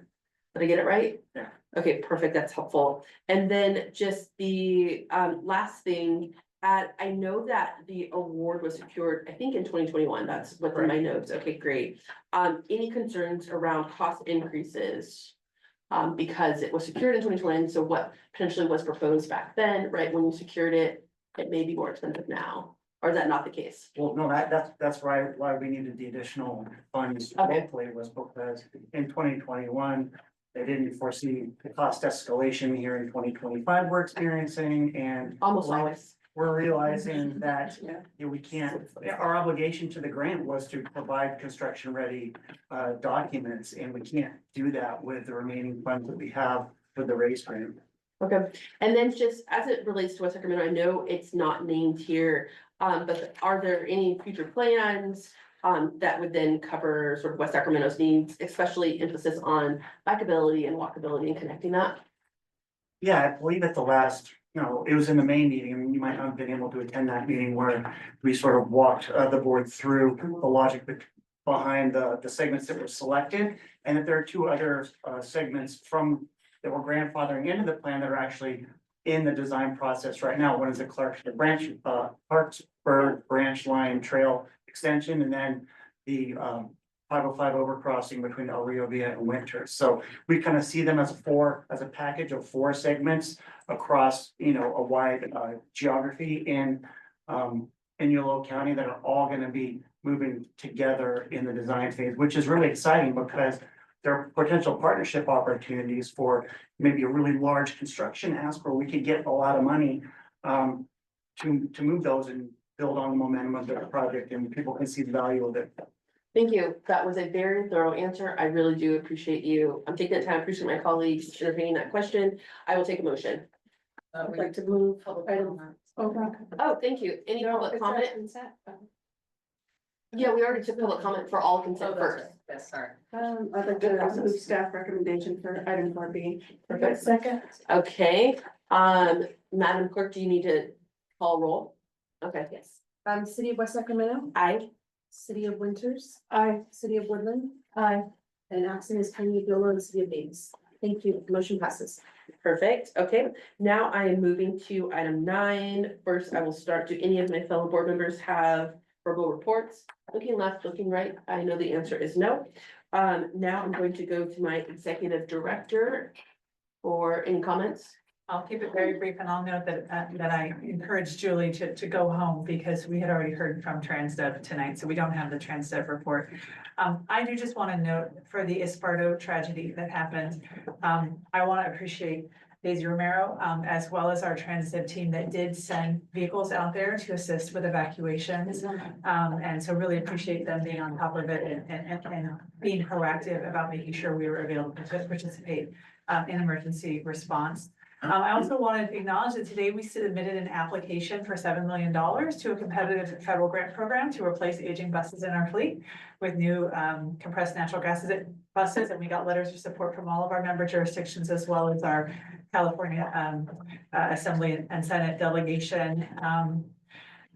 We were, Brian and Brenda presented to the Yolo County Board of Supervisors about YATSE in advance of the item that came before you tonight, and had unanimous support from the Yolo County Board of Supervisors for the projects that we've identified, and it ended up on the front page of the Davis Enterprise and the Woodland Daily Democrat, which are super cool.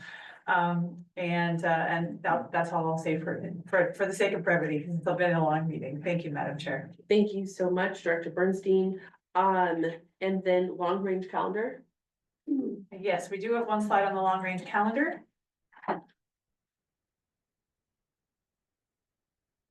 This highlight to remind everyone there is not a meeting in August, so please don't come unless we need to call an emergency special meeting, in which case that will be pending board member availability. In September, we're going to be bringing you a long-term capital improvement plan. Something on Yolo 80 that we did not talk about tonight was a TDM organizational study. This is around Yolo commute, and one of the things we committed to doing as part of mitigation for Yolo 80. And we hope to be bringing you a new, what we're calling Woodland Transfer Point site selection. So excited to hopefully see that moving forward. And then in August will be our second budget workshop. We'll be talking about cost allocation. Chaz will be leading that workshop. And we're gonna have an update for you on our multimodal program and Yolo commute. And I'll just leave it with that for tonight. Perfect so much. Thank you. And so now I'm going to open it up for public comment on any of these administrative reports. Yes, Yeah, just go ahead and share your name.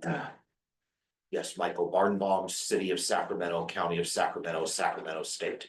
Just to clarify. No, we had a long meeting tonight and there was a very sensitive item about the matter of the service suspension and looking at the 2 bullet points. And thank you for your motion and what we came to conclusion on that. So I just want to clarify.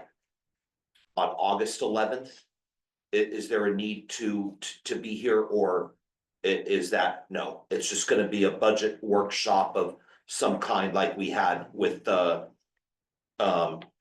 Chad Edison and folks like that instead, and it's not really a formal meeting like we're doing this evening or have done in the past months. So I just want to clarify that. There is no meeting. There's no meeting in August at all. No meeting on Yes. August 11th. Okay. Yes, All right, our so, team is gonna take a break. okay, yes, just like the You city. should take a break too. Yeah, and the City Disabilities Advisory Commission took a break in July, but we're back in session on August 6th.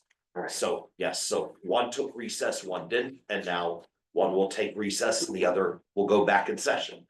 Okay, so there's that, and then so September 8th for sure.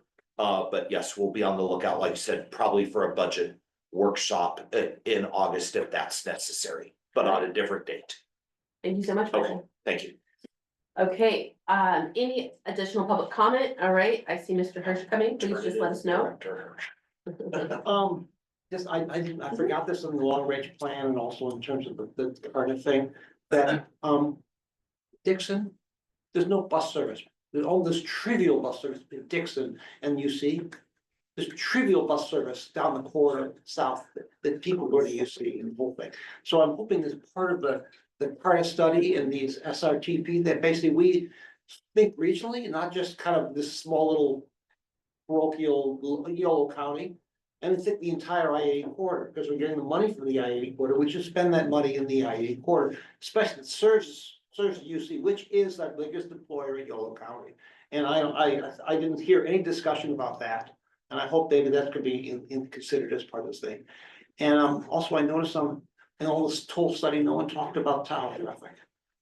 One more time. No one talked about Tahoe traffic, how that affects the demands and the wolf and the weave of the thing. And maybe that little spark that was unusual on the weekends, the younger people, was Tahoe traffic.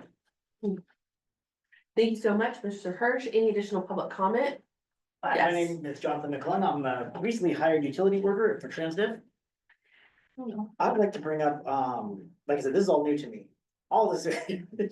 So the was 21 days in last month? Oh, do you want me to answer? Sure, yes, 21, but this is a public comment, so remember, we won't answer. All right, then I'd like to bring up that the, question for D. Right now, none of the electrical vehicles are running right now because of the heat. So I wonder why we want to purchase more if they can't run during the summer. There you go. Thank you so much for your public comment. Any additional public comment? Seeing none in the room, Madam Clerk? No public comment on mine. Perfect. So seeing there is no further business to conduct, this meeting is adjourned. I will note for the record that the time is 9:29. Our next regular scheduled meeting will be on Monday, September 8th, 2025 at 6 p.m. Thank you everyone for participating.